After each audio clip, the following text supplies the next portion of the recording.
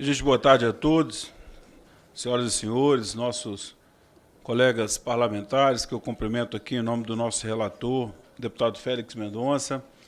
Também aguardamos a presença dos relatores, deputado Pedro Kizai e deputado Dr. Luiz Ovando. Prezado secretário executivo, que está aqui representado pelo Pedro Garrido, cumprimentado também em nome de Geraldo Leite, demais consultores, todas as convidados, pessoas presentes. Hoje realizaremos uma audiência pública no qual iremos tratar das mudanças legislativas necessárias para impulsionar a reindustrialização do Brasil, promover a transição energética e alcançar metas de descarbonização, com foco específico nas contribuições e perspectivas do setor automotivo. Este tema foi proposto pelo Grupo de Estudos Reindustrialização Brasileira, Transição Energética e Descarbonização, relatados pelo deputado Félix Mendonça Júnior, Pedro Kizai e Dr. Luiz Ovando. Essa audiência tem como objetivo buscar a avaliação de autoridades, especialistas do setor sobre a necessidade de incentivos e instrumentos adequados na política industrial para o desenvolvimento de todos os elos da cadeia produtiva do setor automotivo no país e seu impacto no adensamento produtivo para a reindustrialização brasileira sob novas bases.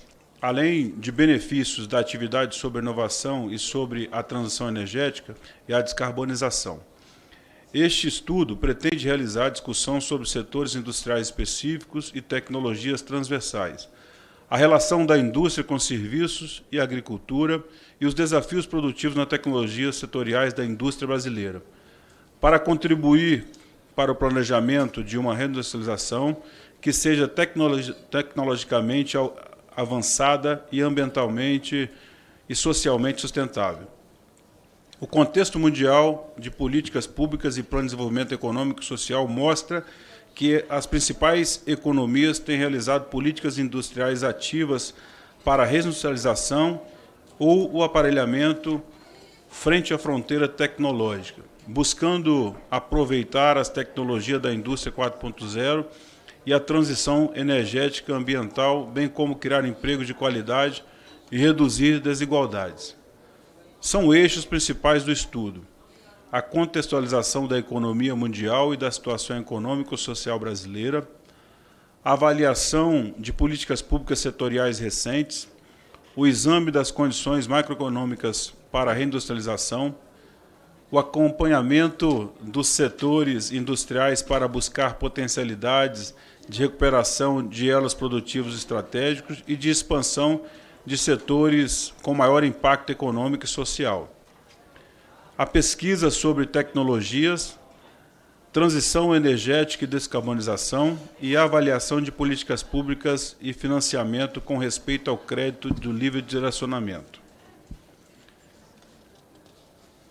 Nesse momento também quero cumprimentar a nossa ex-deputada Maria Perpétua, que hoje é diretora de Economia Sustentável e Industrialização da BDI. Muito obrigado, sempre com essa simpatia aqui na sua casa, né?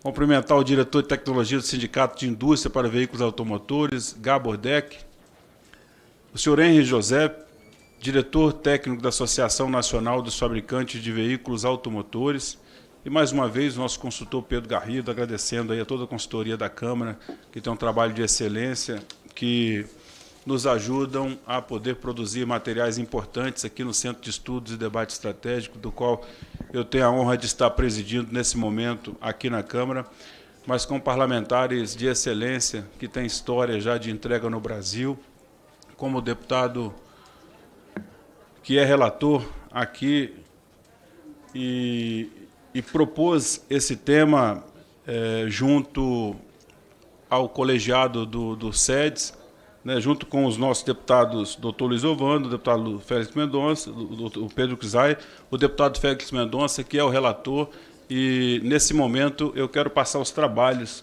para que ele possa conduzir junto aos senhores, estando sempre aqui à sua disposição nessa presidência do Centro de Estudo. Obrigado aí pela proposição de temas relevantes, que eu tenho certeza que nós estaremos aí contribuindo com o desenvolvimento do nosso país.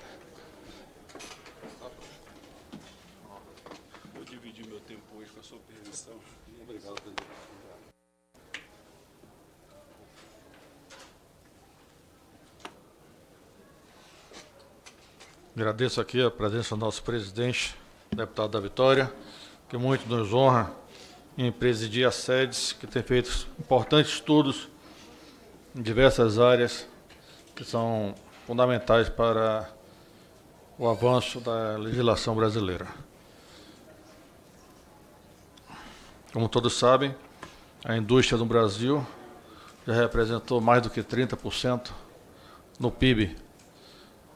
Depois caiu para menos de 9%.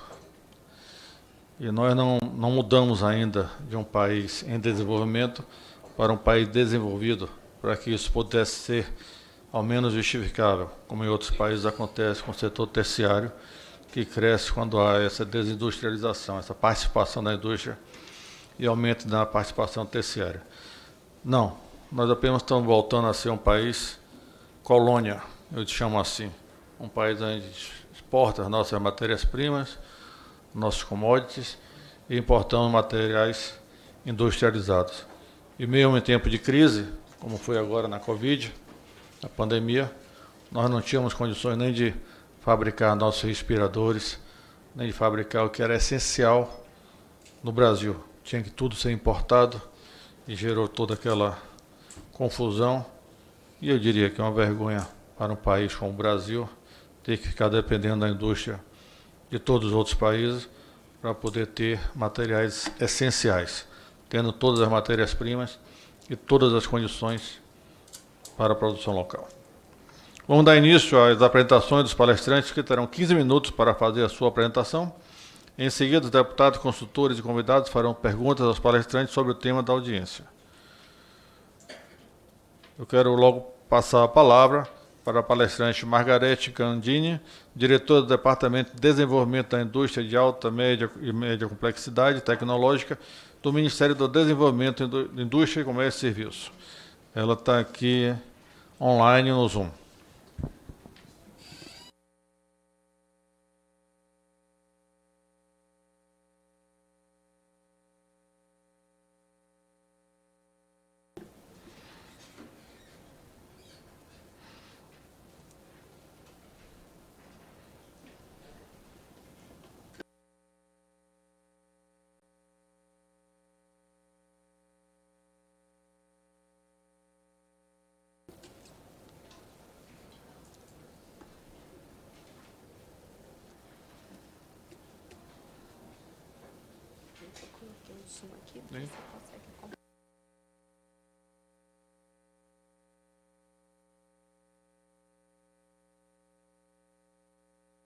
Desculpe, gente, eu estava aqui falando e não tinha tirado o mudo. Tá? Boa tarde a todos. Tá?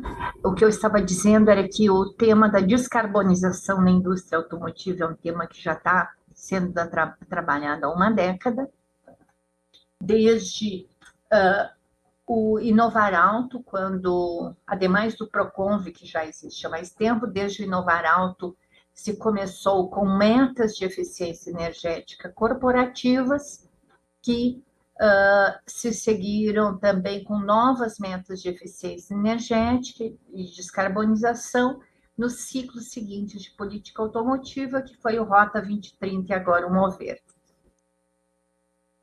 Bom, da importância da indústria automotiva, eu creio que eu tenho aqui alguns números, mas isso dispensa se aprofundar, porque, em síntese, a indústria automotiva ela representa 20% da indústria de transformação, tá? Com uma grande distribuição de fabricantes de autopeças e montadores de veículos no país.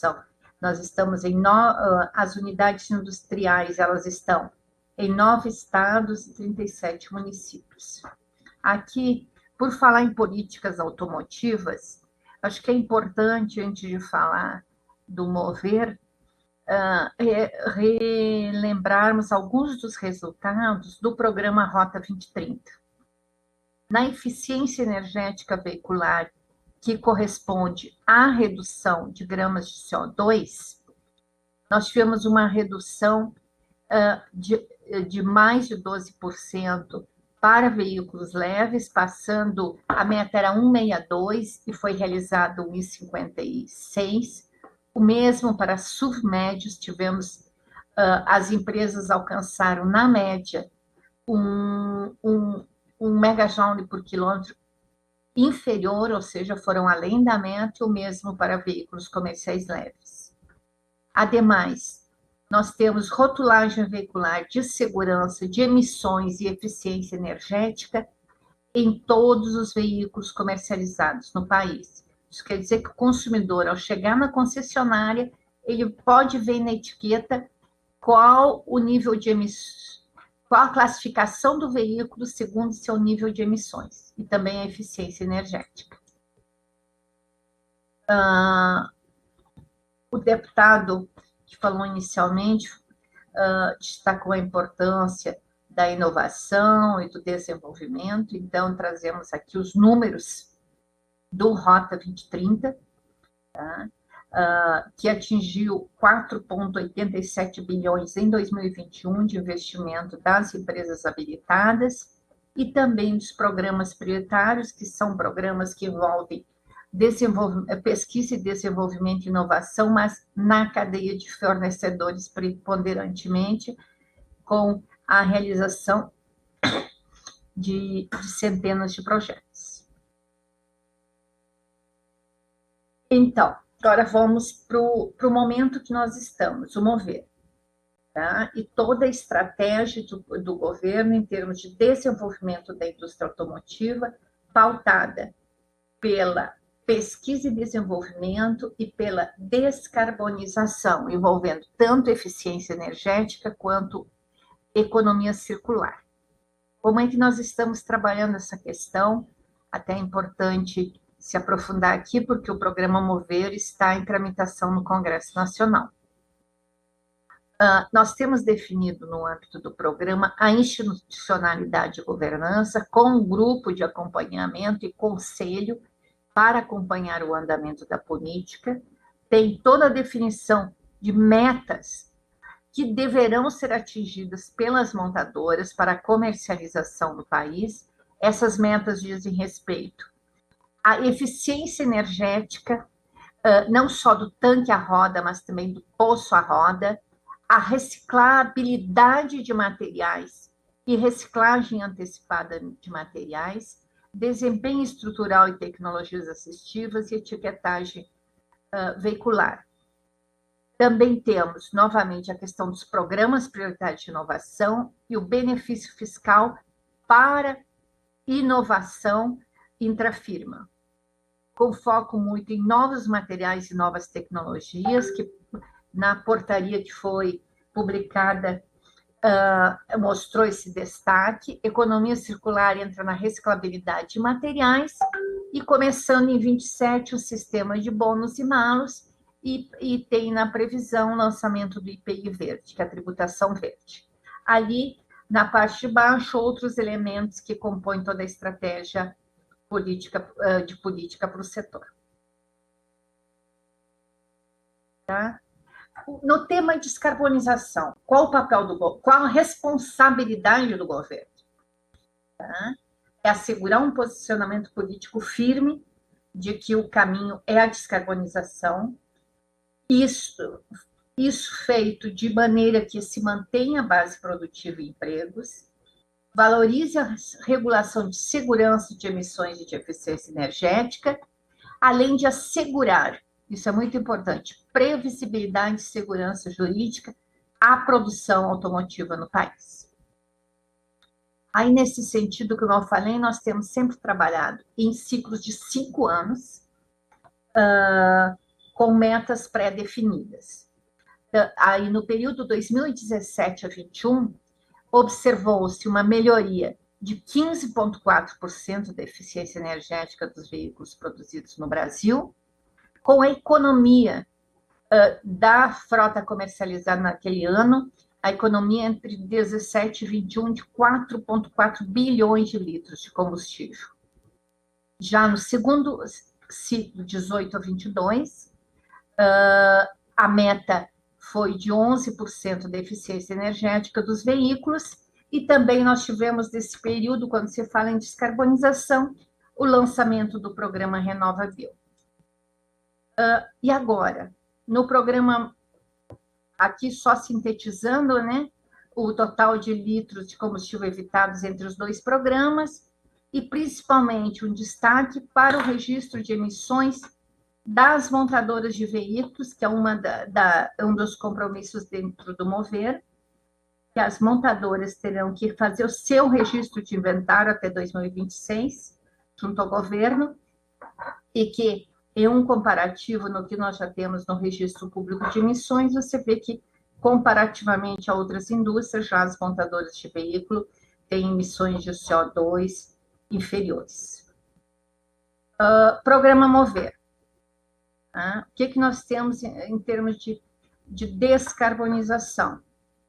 A integração das metas do RenovaBio e da política automotiva, a eficiência energética, não só do tanque à roda, mas também do poço à roda, tendo a pegada de carbono do combustível desde a sua produção até o uso.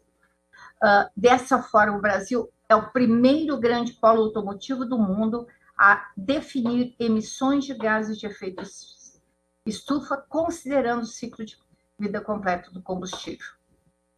Temos ainda, como eu falei, metas de reciclabilidade de materiais, de reciclagem antecipada de materiais, de registro do inventário de emissões das montadoras e, em 26 será feito, 24 e 25 será desenvolvida toda a metodologia para a pegada de carbono dos veículos, do berço ao túmulo, para 26 ser definido o baseline e 27 ser começado a precificação dessa pegada de carbono.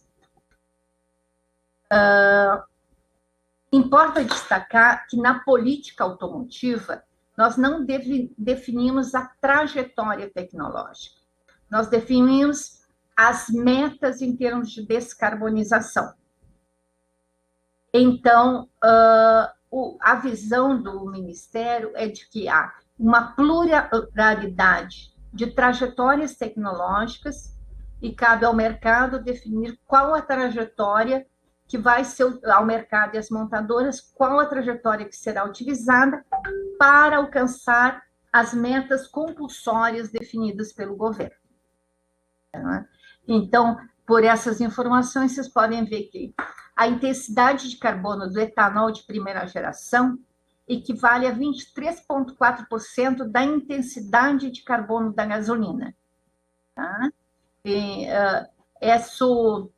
isso é importante dizer para destacar que nós vamos ter, por um período, a convivência de várias trajetórias tecnológicas, veículo híbrido a flex, veículo a combustão a etanol, veículo elétrico plug-in. Ou seja, o objetivo tem que ficar claro que é a descarbonização. A trajetória tecnológica ela vai ser definida por cada uma das montadoras e pelo mercado, e não pelo governo. Outro ponto, eu falei até agora sobre eficiência energética de leves. Agora vamos para a descarbonização em pesados. O que nós temos no Mover agora nesse período, nós vamos ter a definição de baseline dos parâmetros para simulação e inventário de emissões das montadoras.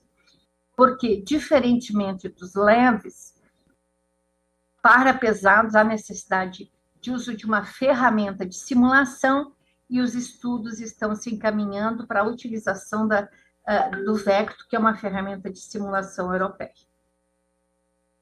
Por fim, só destacar algumas outras ações que vêm sendo desenvolvidas para a descarbonização, não só dos veículos novos, como também aquele olhar para a frota circulante, que foi o piloto do programa de renovação de frota, dirigido aos veículos pesados, realizados no último ano com a MP 1175, a redução do IPI para veículos híbridos flex, 3 pontos percentuais em relação ao veículo de mesma categoria convencional, que foi a partir de 1º de janeiro de 22, a redução do IPI para os veículos que atingem metas mais desafiadoras de eficiência energética, temos incentivo à P&D muito focado no desenvolvimento de novas tecnologias de propulsão e motores mais eficientes, além de uma das linhas de projetos prioritários ser focada também no tema de maior eficiência dos motores, especialmente em combustíveis renováveis.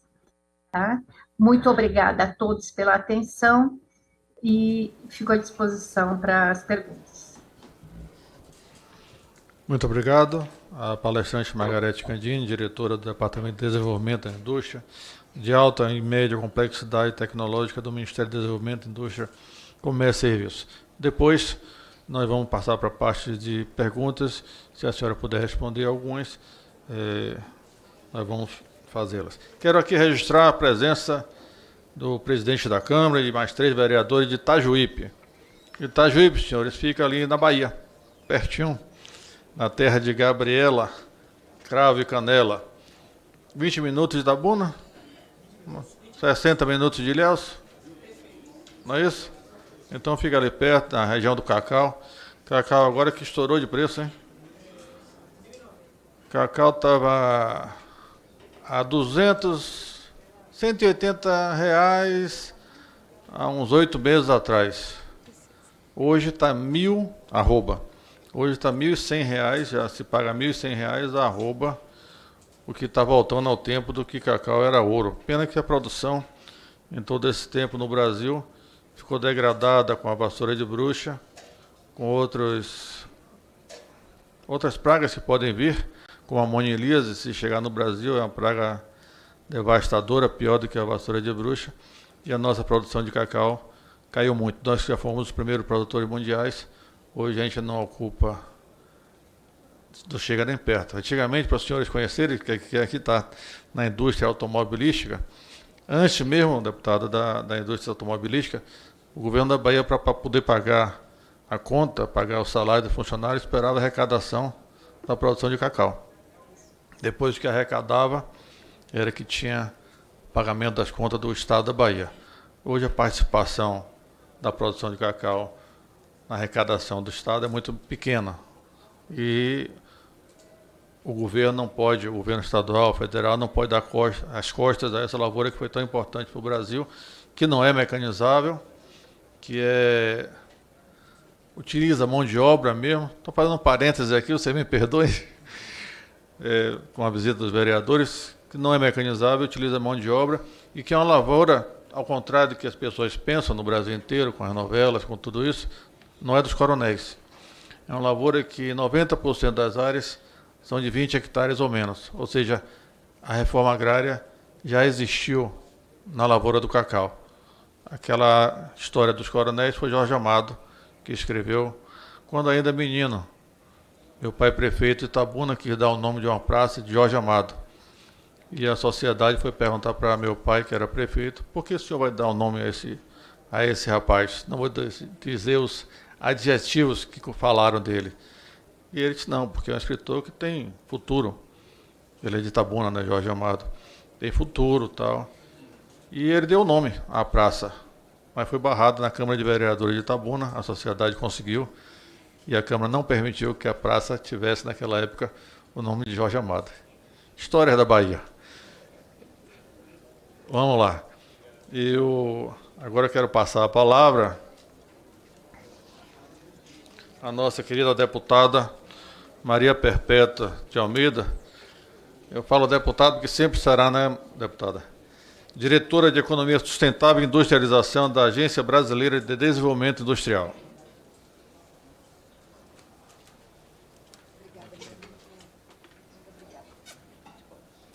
Eu vou ficar aqui porque, como eu sou pequena, o painel vai me cobrir.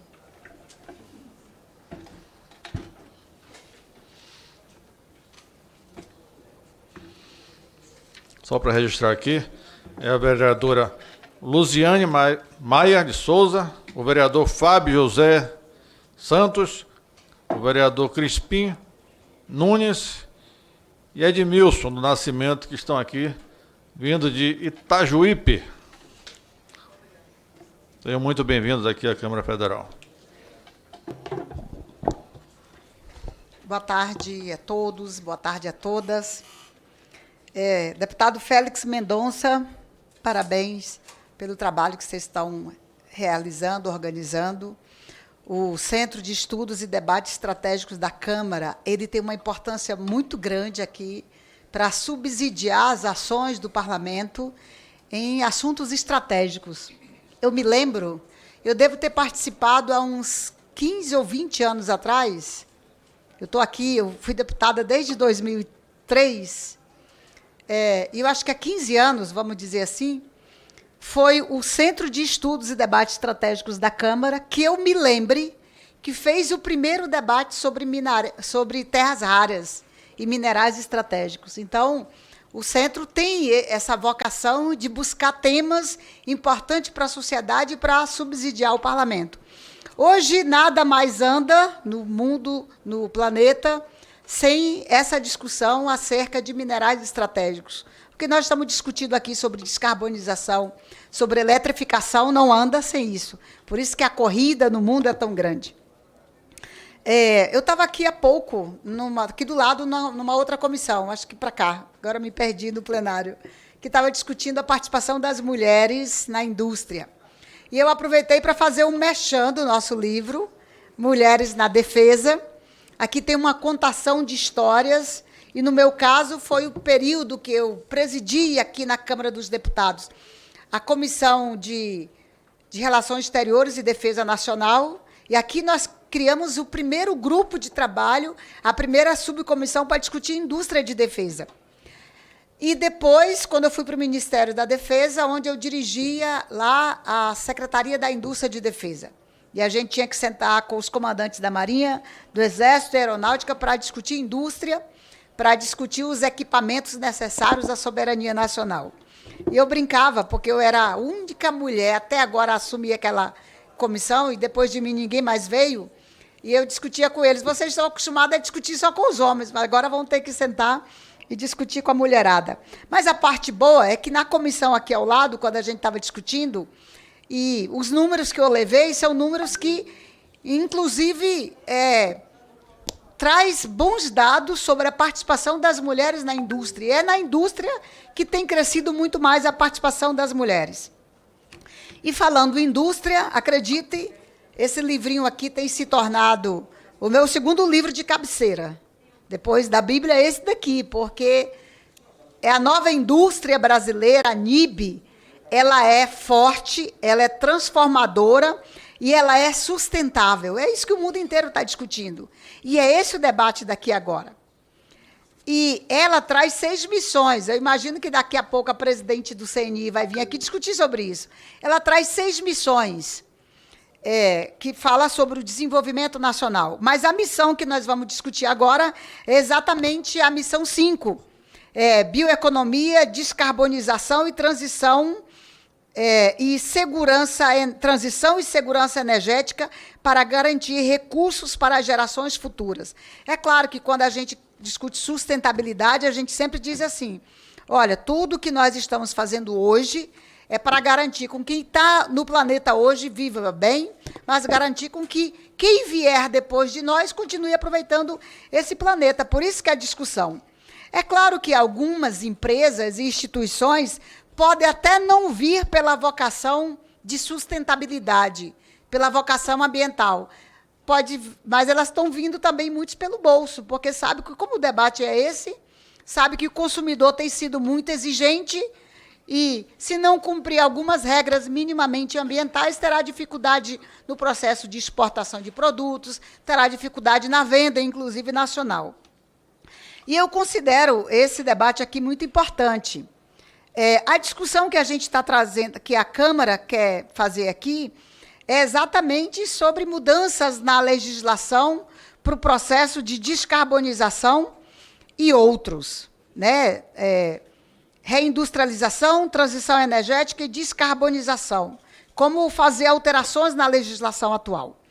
Eu diria, inclusive, que já tem muita coisa boa acontecendo no Brasil, muita coisa boa.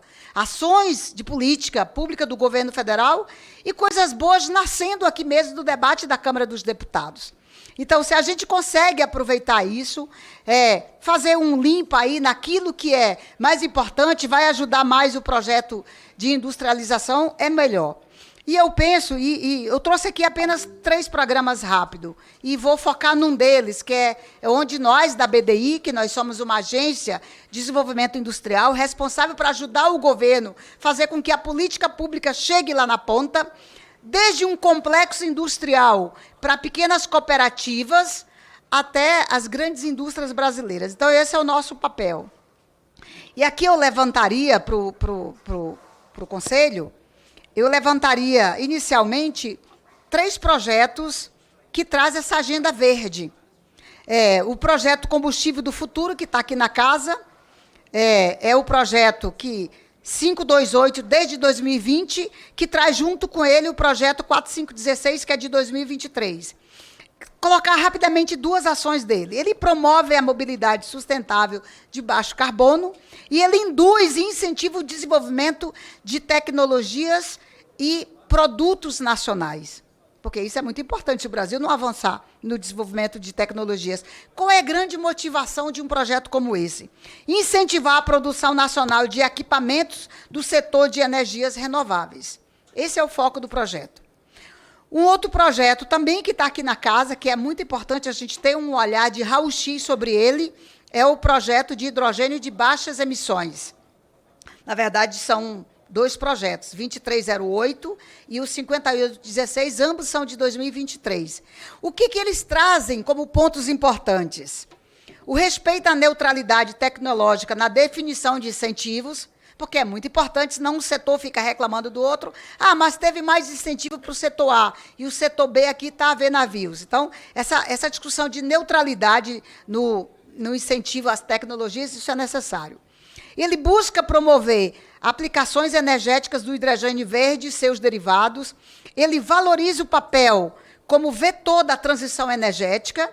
Ele incentiva a fabricação nacional de equipamentos para a produção de insumos e equipamentos da cadeia produtiva desse setor. Então, eu considero de grande importância esses 2 projetos, inclusive o que eu vou citar agora, que a Margarete, representando ali o MDIC, também, en passant, citou ele, que é o projeto Mover. Tem somente esses 3? Não, mas eu resolvi destacar esses 3 para que o centro de estudos aqui tivesse um olhar de raio-x sobre eles. E até porque o Mover é um programa que coloca a BDI no centro da realização dele. É nós que vamos ajudar com que ele seja, de fato, uma política pública de sucesso. Claro, com as empresas. Sem as empresas, ele não consegue andar. O programa Mobilidade Verde e Inovação, que é o Mover. É uma proposta do governo federal e que a gente pode dizer que é um programa de renovação da frota e ainda do sucateamento de veículos em fim de vida útil. Se tiver alguém e outros estudiosos da questão ambiental, pode até dizer o seguinte. Então, eu considero de grande importância esses 2 projetos. Já estou me ouvindo aqui. Então, é o seguinte, pode ser que alguém, estudioso da questão ambiental, pode dizer, mas, diretora Perpétua, o meio ambiente precisa ser preservado e é necessário tirar o mínimo possível de riquezas naturais. E esse programa incentiva a renovação de frota. Então, isso pode parecer um pouco contraditório, mas não é. Porque o programa, ele tem todo o olhar para a questão ambiental. Se você tira caminhão velho, ônibus velho de circulação, você está ajudando no processo do meio ambiente, você está num processo de descarbonização. E mais, ele pode ser o grande carro-chefe do programa de circularidade do país. Porque, à medida em que ele tira equipamentos velhos e antigos de circulação, ele leva para o processo de sucateamento. Além de nascer uma nova indústria, que é essa indústria do sucateamento, ele produz insumos para voltar para a cadeia da indústria novamente. Então, eu considero ele de grande importância. Por isso, vou citar aqui as suas vantagens. Ele impulsiona a indústria automotiva e a desmontagem controlada. Você começa a colocar regras no processo de desmontagem e evita, inclusive, roubo. Ele vai reduzir, com certeza, roubo de equipamentos, para poder você começar a vender peças. Opa, isso aqui começa a ter um freio. Ele promove a economia circular como foco estratégico, que eu acabei de citar aqui. E o reuso dos insumos que voltam para a cadeia produtiva. Quando você reutiliza insumos na cadeia produtiva, você está deixando de tirar novas riquezas do meio ambiente. O alumínio, por exemplo, o ferro que vai ser usado aqui, você vai reutilizar, você deixa de tirar da natureza. Então, portanto, não tem nada de contraditório aqui. E por isso ele tende, é por isso que eu vou reafirmar aqui, ele tende a ser um programa de grande referência para a circularidade. E no caso, especificamente, da mineração urbana. Ele traz de volta para a cadeia. O MOVER traz ainda objetivos muito claros. Ele fomenta o desenvolvimento tecnológico, porque vai usar novas tecnologias. Ele aumenta a competitividade global do país. Ele tem todos os motivos para isso. Ele promove a integração nas cadeias de valores internacional, incentiva a descarbonização e alinha-se a uma economia de baixo carbono no ambiente produtivo e inovador de automóveis, caminhões, seus implementos rodoviários, ônibus, chassis motorizados, máquinas e autopeças. Então, olha como ele vai abarcar várias áreas da indústria brasileira. O MOVER, ele se fundamenta em princípios, é bom a gente deixar isso muito claro, mas precisamente são 3 princípios. A sustentabilidade ambiental, porque a gente já mostrou aqui e provou que ele é um projeto que incentiva a sustentabilidade ambiental, portanto, as empresas, as indústrias brasileiras, quando elas entram num programa como esse, eles estão ajudando o meio ambiente. O avanço de novas tecnologias e a cidadania, porque você pega o dono de um caminhão que está antigo, que está velho, ele não continua com ele na rua soltando fumaça porque ele quer, porque ele acha aquele bonito, é porque ele não tem condições financeiras. Então, o programa traz essas possibilidades de ele renovar a frota. E uma coisa que muito interessante, que esse programa também está trazendo, isso a gente discutiu na coalizão, que já eu cito para vocês. Ele está incentivando a criação de cooperativas. Isso é muito importante quando as pessoas se organizam em cooperativas. Às vezes, um caminhoneiro, que tem só o seu caminhãozinho, e ele vai, mesmo no processo de venda, mesmo com incentivo, ele pega aquela grana ali, que ele não pegaria de ninguém, mas ele está pegando num programa como este, e mesmo assim ele não consegue comprar o caminhão, mas ele se junta em forma de cooperativa, e mais um, e mais outro, e mais outro, eles conseguem comprar o caminhão e conseguem trabalhar. Então, isso é muito interessante. Isso é cidadania. Quem é o público-alvo do programa MOVER?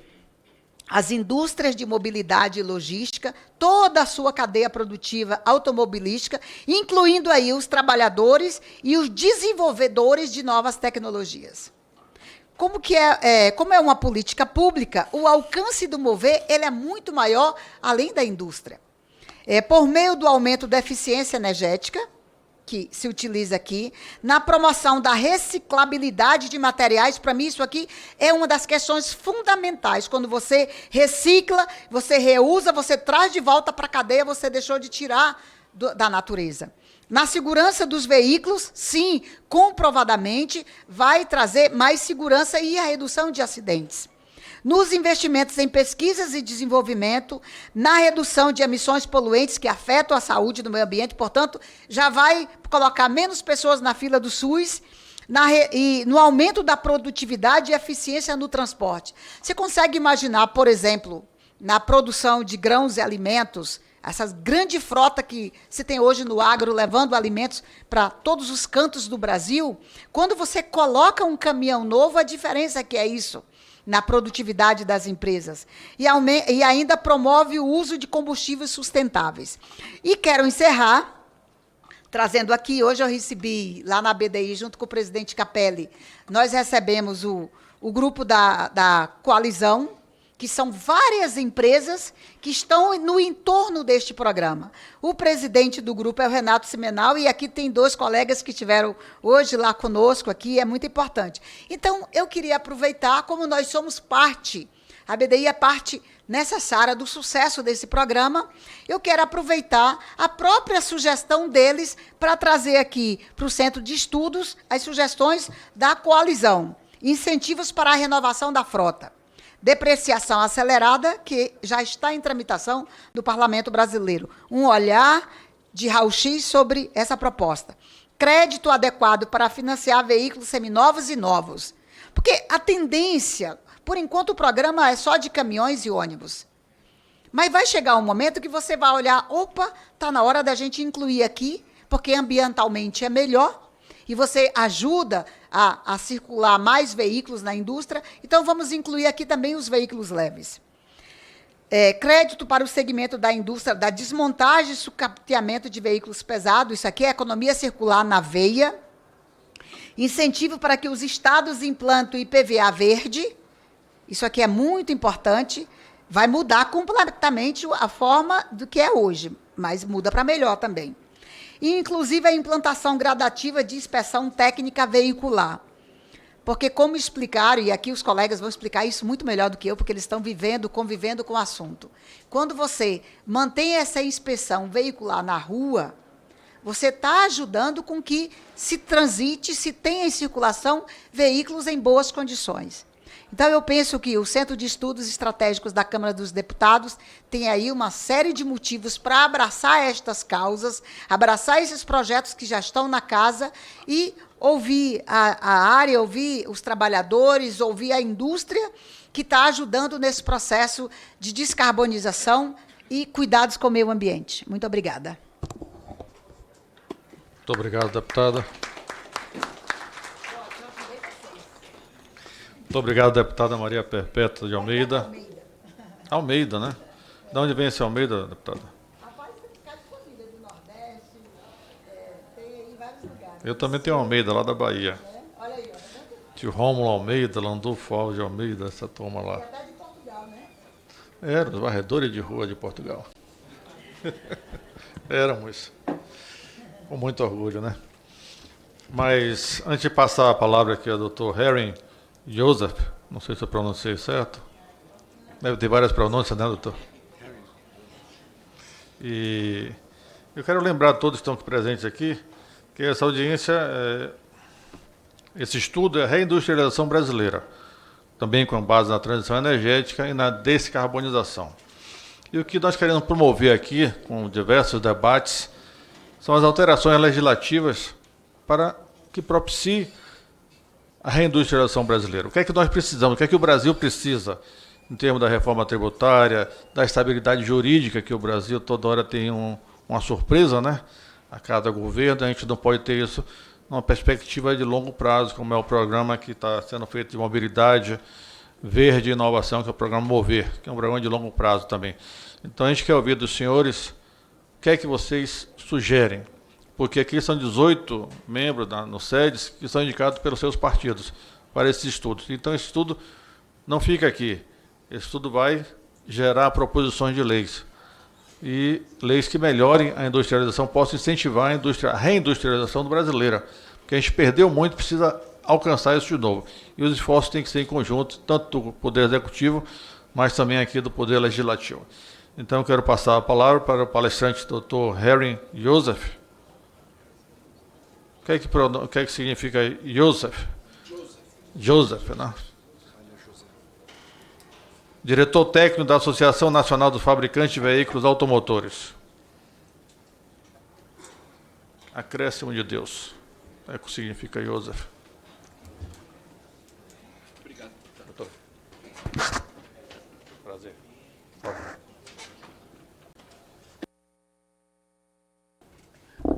Boa tarde a todos. Eu queria iniciar agradecendo ao deputado Félix e ao deputado Davita aqui pelo convite para participar dessa consulta, desse debate.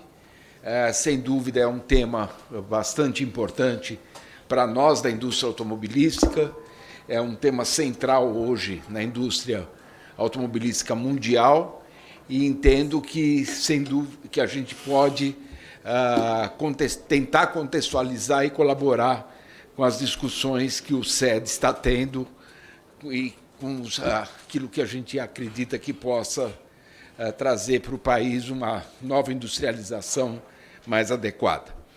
Eu vou falar em poucas palavras, vou tentar trazer um pouco mais de luz para essa questão do programa Mover, dando continuidade àquilo que foi dito pela minha antecessora, pela deputada Maria Perpétua, e acredito que também aquilo que foi colocado pela doutora Margarete Gandini, sem dúvida, hoje é um programa para nós fundamental, muito importante. A projeção...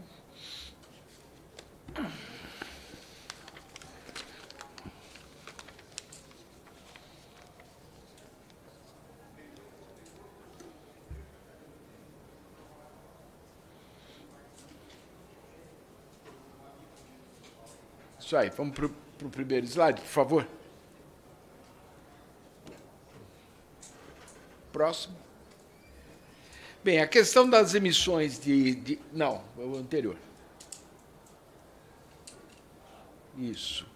A questão das emissões de gases do efeito estufa é uma realidade hoje no mundo inteiro. O tema que nós estamos tratando aqui da descarbonização está totalmente ligado a essa questão do controle das emissões dos gases de efeito estufa. O Brasil não é o maior emissor de gases de efeito estufa, mas é um grande emissor também.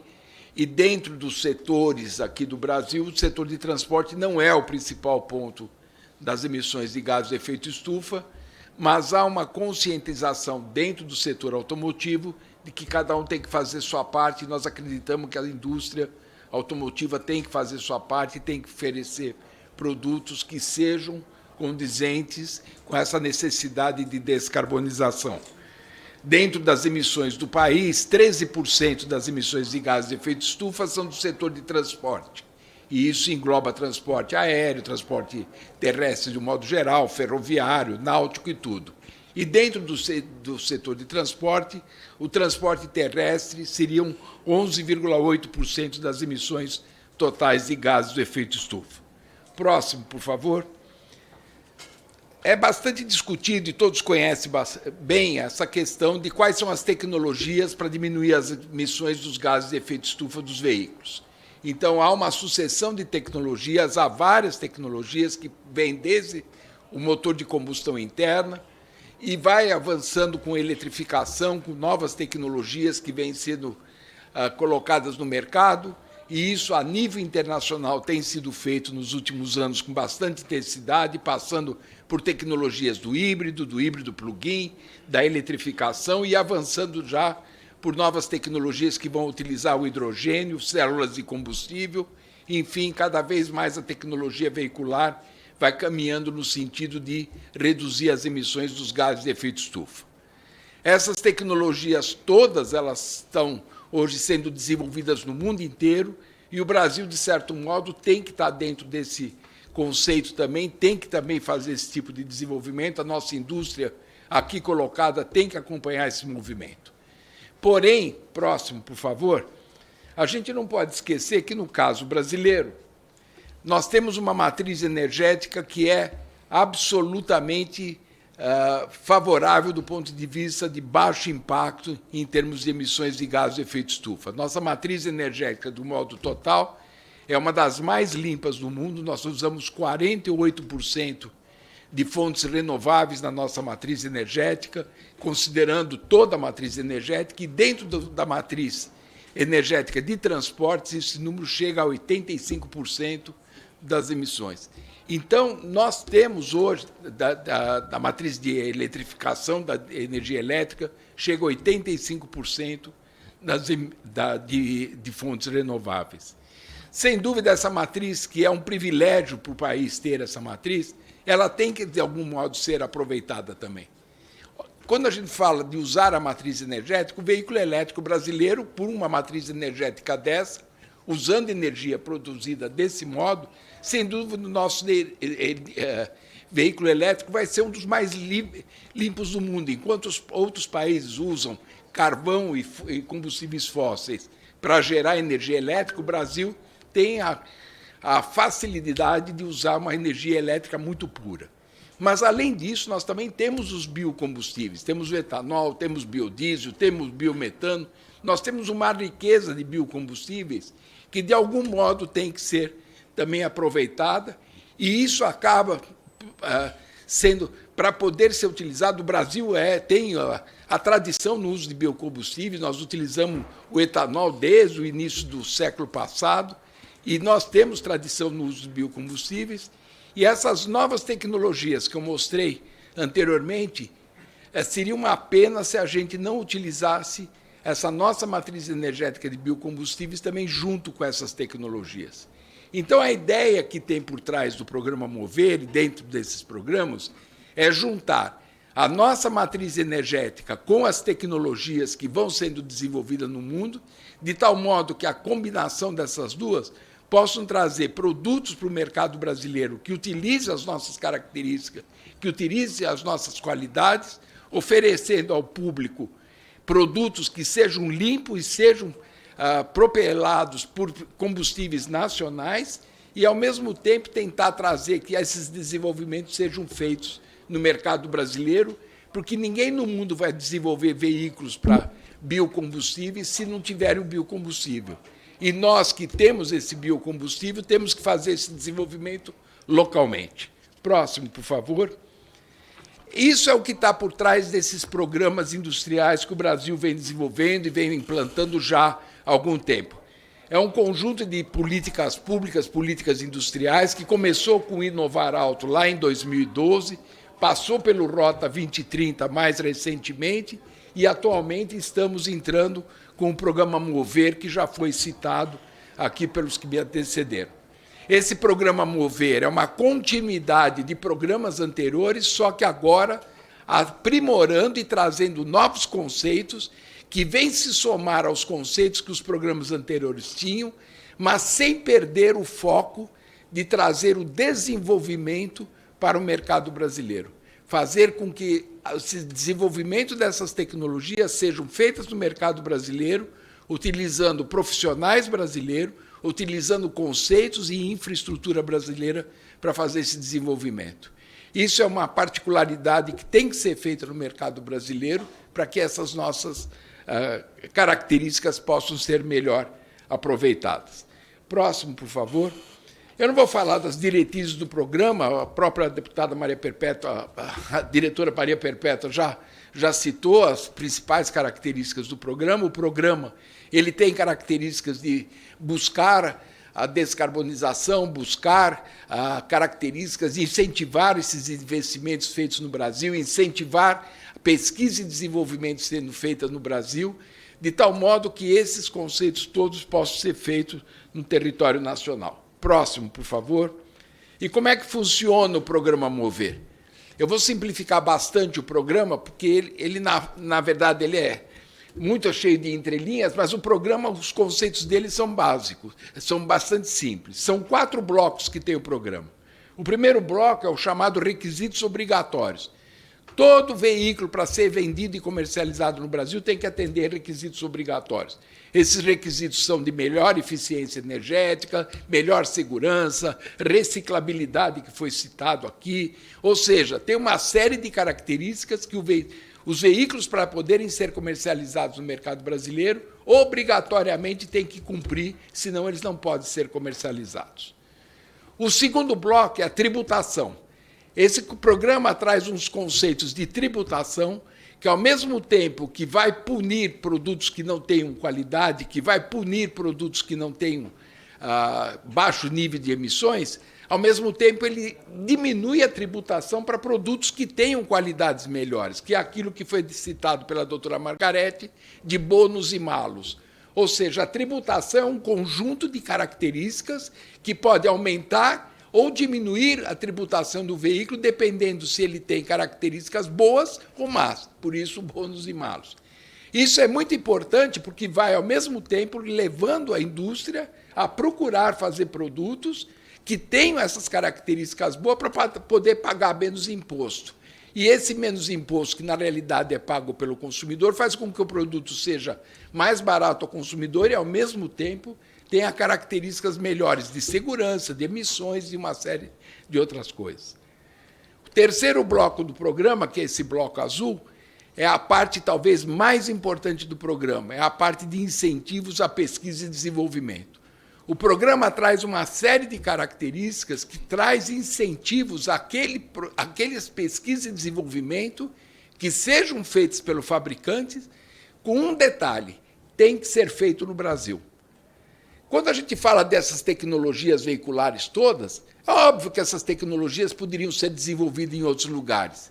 Grandes países, grandes fabricantes de veículos têm centros de tecnologia muito grandes, muito bons. Só que se ela for desenvolvida lá em outros lugares, nós perdemos o know-how de como isso é feito, nós não trazemos esse conhecimento para as universidades, para os engenheiros e para os técnicos brasileiros. Isso fica na mão de outras pessoas e nós perdemos esse contato. Portanto, essa terceira parte do programa, que é o incentivo em pesquisa e desenvolvimento local, talvez seja uma das partes mais importantes do programa. E como é que ela funciona? Ela funciona assim: tem um mínimo de pesquisa e desenvolvimento que os fabricantes têm que fazer por conta própria, que é o chamado pedágio. Isso é uma porcentagem mínima do faturamento da empresa que ela obrigatoriamente tem que aplicar em pesquisa e desenvolvimento. A partir daí, o quanto que ela aplicar acima daquele mínimo, ela tem uma redução tributária correspondente ao quanto ela está pagando, ao quanto ela está aplicando. Ou seja, não é dinheiro do governo que vai direto para ela, é uma redução tributária que normalmente seria paga até pelo consumidor, que ela pode abater daqueles produtos que estejam sendo desenvolvidos. Então, essa pesquisa e desenvolvimento feita desse modo, incentivada desse modo, pode trazer para o país investimentos maciços em laboratórios, em tecnologias, em centro de desenvolvimento, em treinamento de engenheiros, enfim, tem uma série de coisas que pode ser feita aí. E o quarto bloco do programa é o chamado regime tributário de autopeças não produzidas ou de peças não produzidas localmente. Para que a gente possa trazer todas essas tecnologias para o mercado brasileiro, obviamente, nós não temos fornecedores ainda para todas essas tecnologias. Então, existe dentro do programa uma previsão de que pode ser importadas essas tecnologias, desde que não sejam produzidas no mercado brasileiro. Eu acredito que depois o meu colega vai explorar isso melhor. Mas essas tecnologias, esse imposto que não seria pago, na realidade, ele é colocado num fundo de pesquisa e desenvolvimento que vai sendo aplicados através de universidades, institutos de pesquisas, ou seja, não é para pesquisa e desenvolvimento própria, tem que ser feita através de institutos, universidades. Esse dinheiro vai sendo colocado para isso, e desde que cumpra os certos requisitos de quais são as pesquisas que vão ser feitas, esse dinheiro vai sendo liberado. Esse mecanismo de investimento através do regime de autopeças não produzidas, ele já veio desde o Rota e foi de um sucesso fantástico. Para vocês terem uma ideia, em quatro anos do Rota, mais de R$1 bilhão foram arrecadados e foram investidos em pesquisa e desenvolvimento no Brasil. Todo esse dinheiro aplicado no Brasil. Bem, esse é o programa Mover. Como é que ele funciona? Esse programa, próximo, por favor. A gente viu que, então, ele tem esses dois primeiros blocos, que são os requisitos obrigatórios e a tributação dos veículos, que, para poder ser cumprido, para poder ser atingido, tem que haver esses investimentos em pesquisa e desenvolvimento que são feitos aqui, e, por outro lado, tem esses incentivos para que esses investimentos sejam feitos. Para vocês terem uma ideia, aí está próximo, por favor, está falando do regime de autopeças não produzidas, como é que ele funciona. Eu não vou entrar em muito detalhe, mas aqui existe um conjunto de características que pode ser feito na importação de peças e componentes. 2% que seria o imposto passa a ser recolhido através de um fundo. Esse fundo que vai juntar esse dinheiro e ele vai depois fazendo a aplicação disso. Próximo, por favor. Meu tempo já está esgotado, já estou terminando. Aqui eu só estou colocando o seguinte: muitas vezes a gente vê na imprensa algumas críticas porque o Brasil estaria trazendo ou implementando uma política industrial como se isso fosse um favorecimento a algum setor, um favorecimento algumas empresas que iriam pegar dinheiro do governo para fazer esses investimentos aqui. Na realidade, isso é uma ilusão. Primeiro, porque, como eu falei, esses investimentos poderiam ser feitos em outros lugares. O que o Brasil está fazendo é canalizando e dando incentivos para que isso seja feito localmente. E isso é importantíssimo. Segundo, que todos os países fazem isso. Aqui eu estou colocando alguns exemplos que mostram a Europa, Estados Unidos, Índia, China. Todo mundo fala do carro elétrico chinês. Por quê? Porque é uma política industrial que foi implantada na China há 20 anos atrás e que nós estamos vendo os resultados hoje, com a intensidade de produtos que estão entrando no mercado e que estão conseguindo exportar para todos os países. Se nós não tivermos políticas industriais, se nós não tivermos políticas que mostrem qual é o horizonte, que mostrem como a coisa tem que ser feita, se nós não tivermos políticas que trazem esses incentivos, essas indústrias são multinacionais, elas vão fazer isso onde eles tiverem melhor condições para serem feitas. E é importante que o país, que quer usar os seus recursos, que quer usar as suas matérias, foi citado aqui os nossos minerais, as nossas capacidades que temos, os nossos biocombustíveis, é importante que nós tenhamos políticas que levem para isso. Então, e o resultado disso daqui, já terminei.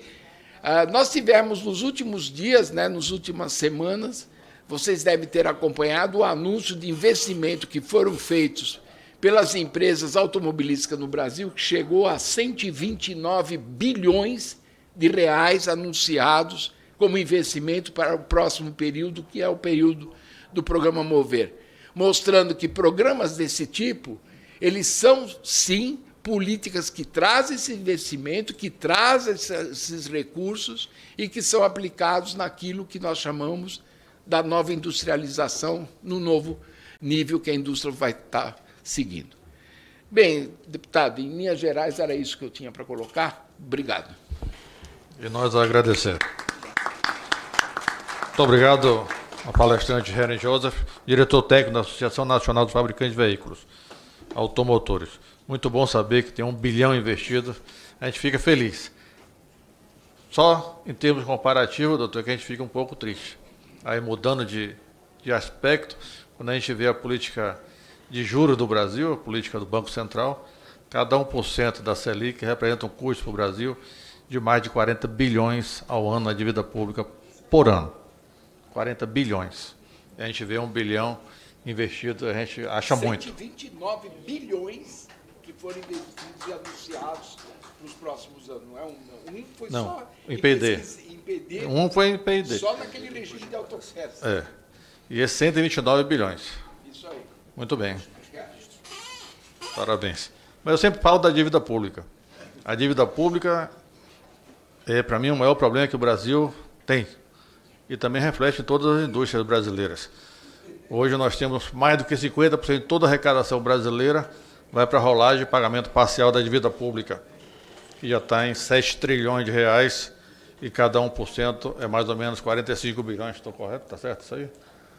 Cada 1% da taxa Selic representa 45 bilhões de custo para o Brasil direto, que não vai para a indústria, que não vai para rodar no Brasil, vai diretamente para o sistema financeiro.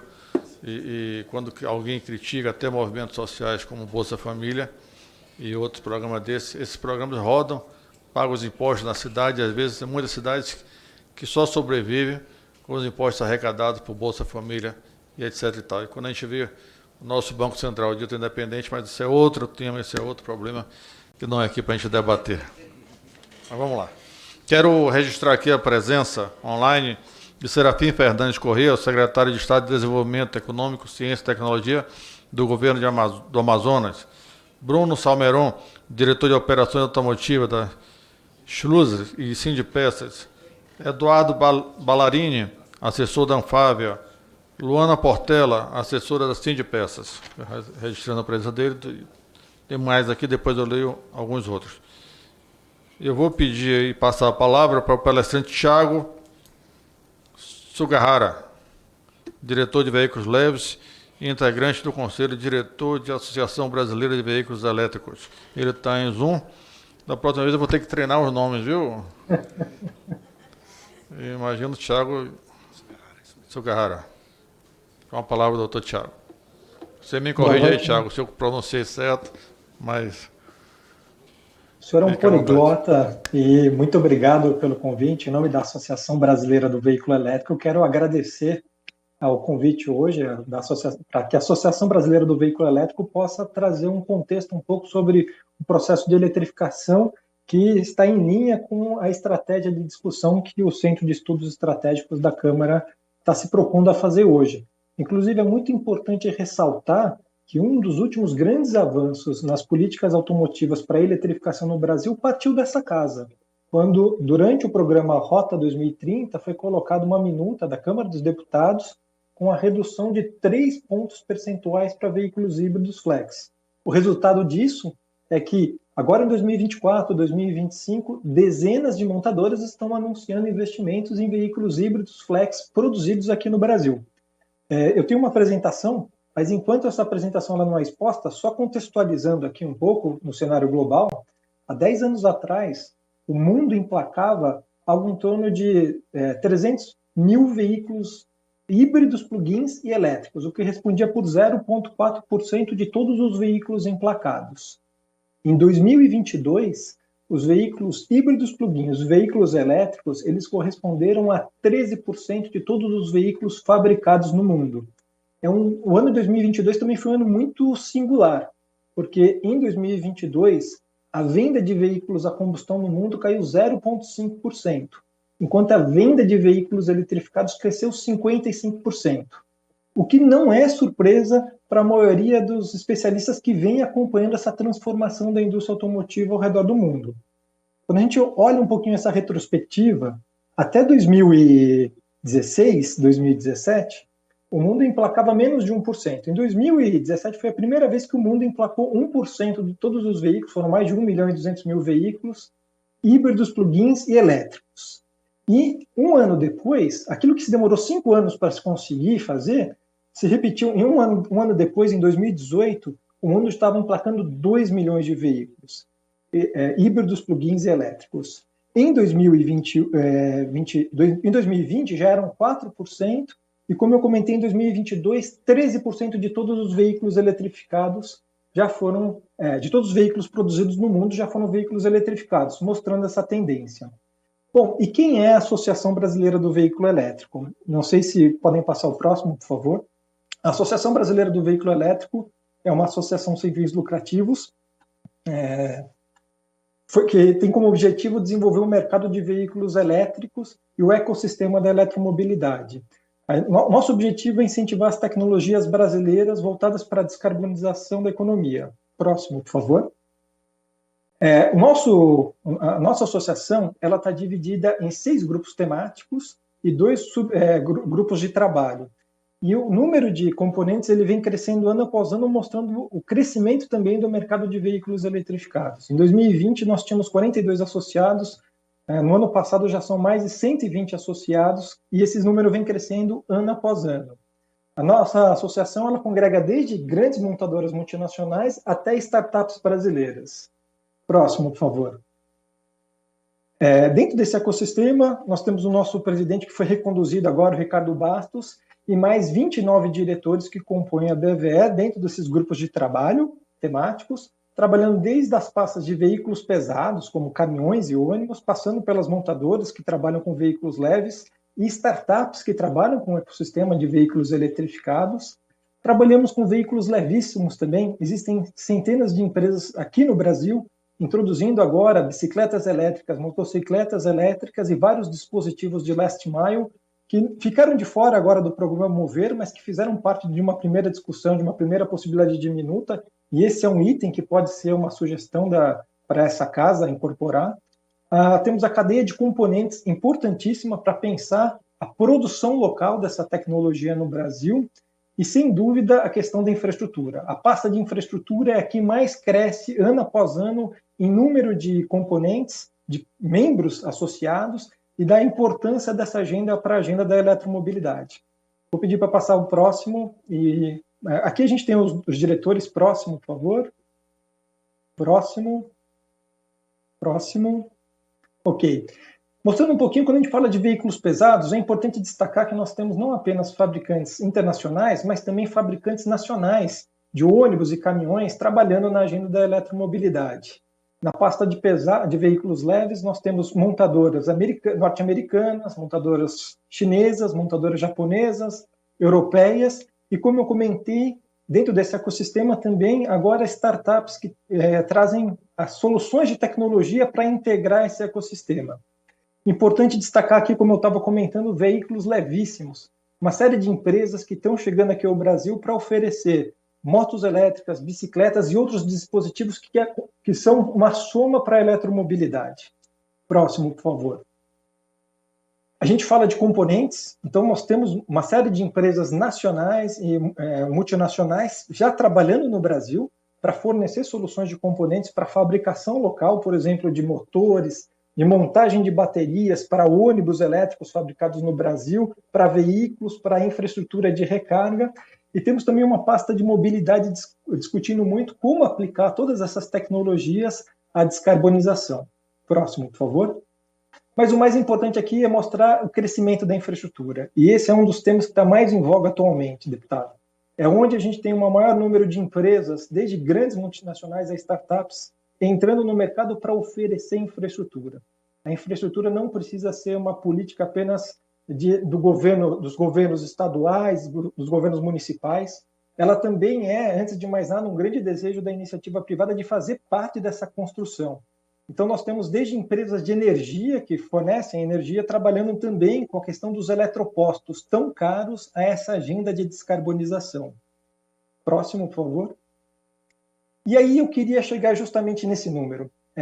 Acho que esse talvez seja a forma da gente ilustrar um pouco toda a discussão que vem acontecendo aqui. E aí eu não posso deixar de destacar um pouco o trabalho de algumas associações, a ABDI, por exemplo, o trabalho da deputada Maria Perpétua, que foi comentado anteriormente, teve um papel importantíssimo na discussão de políticas públicas. Por exemplo, em Brasília. Brasília não é o segundo maior mercado de veículos a combustão do Brasil, mas é hoje o segundo maior, ou está entre os 4 maiores mercados de veículos eletrificados do Brasil. Por quê? Porque graças a um trabalho que a BDI fez no passado, que pautou as discussões de políticas públicas, o Distrito Federal, por exemplo, já promove a isenção do IPVA para veículos eletrificados. Esse tipo de políticas públicas que a gente vê também em São Paulo, por exemplo, com a isenção do rodízio, são políticas municipais que também ajudaram a destravar o tema da eletromobilidade no Brasil. Mas é importante voltar para a primeira fala da doutora Margarete Gandini, mãe do Inovar Alto, do programa Rota 2030, e que vem construindo toda essa trajetória. Aqui eu acho que é importante destacar, o programa Inovar Alto deixou como grande legado para a política automotiva brasileira as metas de eficiência energética. Até então, não importava se você fazia carros mais eficientes ou menos eficientes, não era dessa forma que a política automotiva ela tributava. Pelo contrário, nós tínhamos, inclusive, uma política pautada pelo tamanho do motor. Então, o Brasil, durante muitos anos, foi um grande produtor de veículos 1.0. Esses veículos chegaram a responder por 70% do mercado automotivo, mesmo que esses carros não sejam mais eficientes e muito pouco competitivos quando a gente olha a agenda de exportação da indústria automotiva brasileira. É importante, sim, a gente pensar essa nova indústria também para os mercados externos. Como o Brasil pode se qualificar para exportar mais automóveis? Principalmente quando eu falei inicialmente que a participação dos veículos eletrificados ela saiu nos últimos 10 anos de 0,4% das vendas globais de automóveis para 13% em 2022, chegando a 15% em 2023. Ou seja, 15% de todos os veículos produzidos, comercializados no mundo já foram de veículos eletrificados. Então, é importante mostrar um pouquinho como essas políticas automotivas aqui no Brasil, como o programa Inovar Alto, por exemplo, ele começa a mudar o número de emplacamentos de veículos eletrificados. Aqui no Brasil, a BVE considera, além dos veículos híbridos plug-ins e dos veículos elétricos, os veículos híbridos convencionais também como veículos eletrificados. E a gente costuma brincar que até 2015 o Brasil estava ali com uma dificuldade para romper a barreira psicológica das 1.000 unidades emplacadas por ano, né? Mas, felizmente, em 2016, a gente ultrapassa essa barreira psicológica e são, em um ano, mais de 1.000 veículos híbridos plug-ins e elétricos emplacados. Isso num universo chegou a emplacar ali quase 3,8 milhões de automóveis entre 2013 até 2014. Só que o número de veículos eletrificados ele vem crescendo ano após ano. Parte disso se deve também como resultado do programa Inovar Alto, que estabeleceu metas de eficiência energética, ou seja, todas as montadoras elas foram demandadas a melhorar o CAFE, o Company Average Fuel Efficiency. E para isso os veículos eletrificados, os veículos híbridos, os veículos elétricos podem contribuir muito para melhorar a eficiência energética das montadoras. Só que esse processo ele foi ganhando mais tração. E aí veio o programa Rota 2030, que estabeleceu, e aí, como eu comentei inicialmente, uma política de incentivo que foi estabelecida pela Câmara dos Deputados. E todos os veículos híbridos flex tiveram uma redução a partir de janeiro de 2022 de 3 pontos percentuais no IPI. É um grande ganho de competitividade. Percebam como, a partir de 2020, o mercado automotivo, que era de 20 mil veículos eletrificados, ele salta para quase 35 mil veículos eletrificados em 2021. Em 2022, ele chega a 50 mil. E em 2023, são quase 94 mil veículos eletrificados em um único ano. Esses 94 mil veículos eletrificados, eles respondem por pouco mais de 4% de todos os veículos vendidos no Brasil em 2022. No mundo, em 2023. No mundo, a gente já estava chegando a 15%. Então, acho que esse é um número para a gente refletir. Em que passo caminha o processo de eletrificação no Brasil e como o programa Mover ele pode auxiliar a indústria automotiva brasileira a fazer essa transição energética e a integrar mais motores elétricos e baterias para que a gente possa produzir veículos mais eficientes.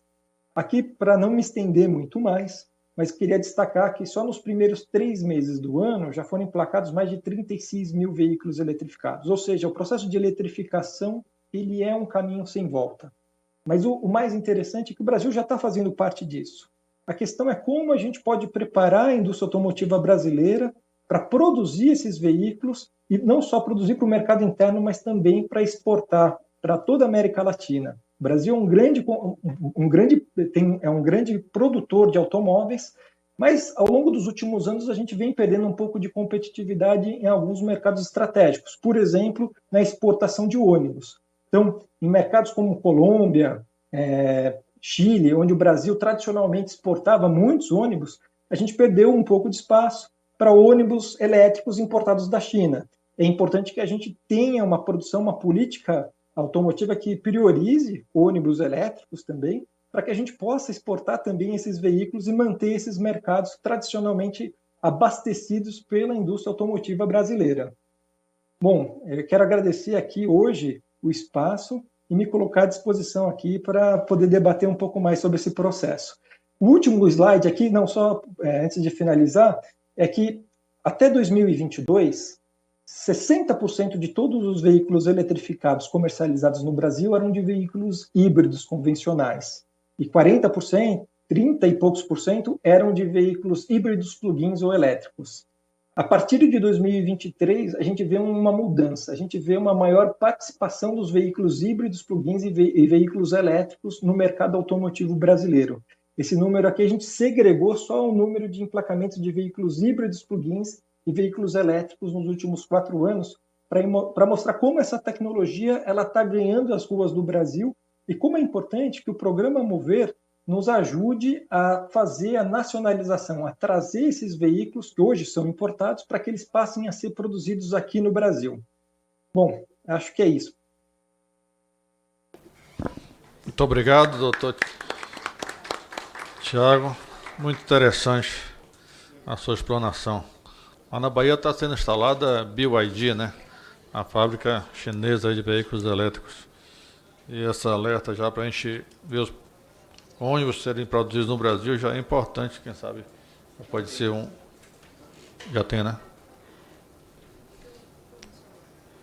Bom, a gente passa ao último palestrante, quero saudar aqui Roberto Muniz de Carvalho, assessor parlamentar do CNPq, Júlia Plácido Moura, assessor de coordenação geral da Vigilância de Saúde Ambiental e Saúde do Trabalhador, a Luciano Chagas Barbosa, secretário de Educação Profissional e Tecnológica do Ministério da Educação, Luiz Araújo, diretora da Umbelino Lobo, Jorge Boeira, analista da BDI, Lídia Helena Danfávia, a Nayara Souza, consultora do Ministério dos Direitos Humanos, Tiago Carvalho, da Petrobras, Relacionamento Institucional, Rafi Dalon, assessor da Sudene, e a nossa deputada, que brilhantou aqui, Perpétua.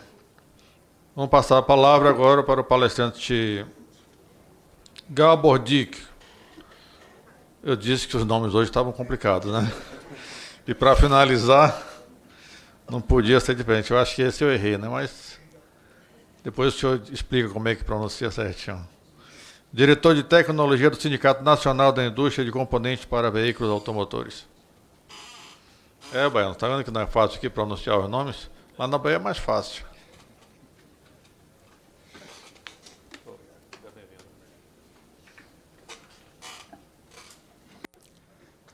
Acho que a pronúncia correta é DEAG, mas não tem importância nenhuma, porque é culpa dos meus ancestrais que são húngaros. Húngaro, né? E ninguém é obrigado a falar húngaro. O português é ótimo, mas húngaro, pelo amor de Deus. DEAG. Isso. Bom, E obrigado. Gabor também? Gabor também. Gabor é Gabriel. Gabriel, né? Isso. Pronto. Mas eu nasci lá, vim para cá quando tinha 7 anos, portanto, há quase um século atrás. Então, agora eu sou brasileiro, minha esposa é maranhense, então acho que a gente está em casa. Pronto. E vai sempre aos lençóis lá do... Como? Vai sempre aos lençóis do Maranhão? Não, aos lençóis do Maranhão eu não tenho ido, não. Minha pele não aguenta muito o sol, né? desses lugares. Bom, muito obrigado pela oportunidade e de poder me manifestar, deputado. E acho que uma coisa importante para a gente é o fato de que as apresentações não são coincidentes, nós estamos todos repetindo os mesmos temas. Então, quando eu olho a apresentação da Margarete, da Perpétua, do Henry e do Tiago, eu vejo que, finalmente, o Sindipeças tem uma oportunidade também de colocar algumas informações adicionais no que está sendo discutido aqui. Então, se me derem licença, gostaria que fosse para outra página. Queria dizer que o Sindipeças representa... Na próxima página, por favor. O Sindipeças representa cerca de 500 empresas associadas, que representam mais de 70% dos fabricantes de autopeças nacionais. Tivemos, no ano passado, um faturamento de 238 bilhões de reais, ou seja, um faturamento bastante significativo, e exportamos para mais de 200 países, ou seja, produzimos para o mercado local, exportamos e importamos, comércio internacional. Na página seguinte, por favor. Nós estamos distribuídos principalmente para os estados colocados em termos coloridos aí. Em primeiro lugar vem São Paulo, com cerca de 50% dos empregos, propriamente ditos, mas Rio Grande do Sul tem 12% do faturamento, depois Paraná, Minas Gerais, Santa Catarina, etc. E mesmo no Amazonas nós temos produção e conteúdo local, 1,4 bilhões de reais por ano. Na página seguinte, nós estamos prevendo para 2024 alguma coisa na casa de 248 bilhões de reais de faturamento. Imaginamos alguma coisa na casa de 6 bilhões de reais de investimento destas empresas no desenvolvimento da indústria e estamos gerando 280 mil empregos.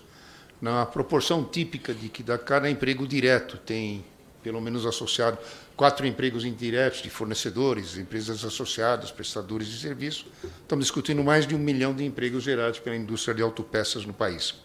Temos um balanço comercial desfavorável, exportamos para 200 países, mas importamos muitos componentes e, portanto, temos oportunidade de localizar a fabricação de peças e crescer esse balanço.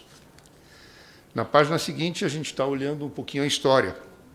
Todos lembramos que 2013 foi o ano do pico de produção de veículos no país, com 3,7 milhões de unidades. E agora completamos o ano passado com 2,3 milhões de unidades. Tivemos um decréscimo por uma série de questões, entre a pandemia, a redução do mercado, perda de competitividade, etc., mas é recuperável.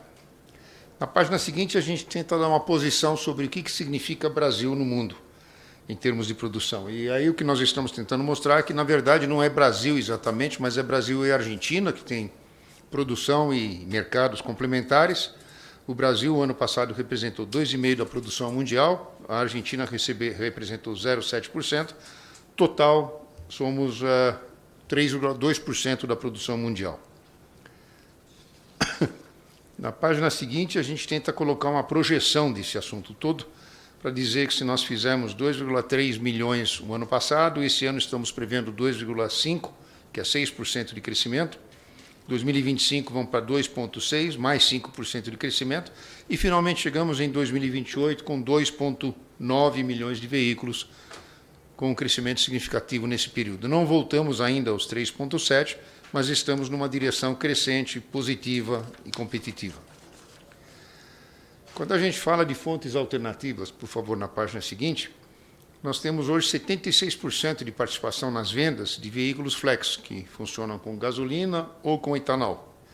Nós temos 11% de veículos que funcionam apenas com gasolina, tipicamente importados ou séries muito pequenas, onde não houve desenvolvimento para torná-las flexíveis. E 11,7%, principalmente caminhões, ônibus e picapes, que trabalham com diesel.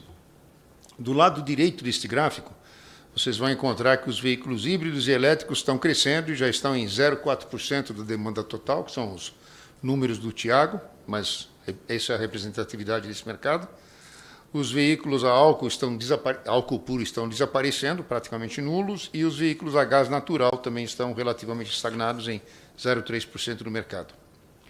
Na página seguinte, a gente tenta situar o que interessa, e que interessa além da redução das emissões, ou em complementação à redução de emissões.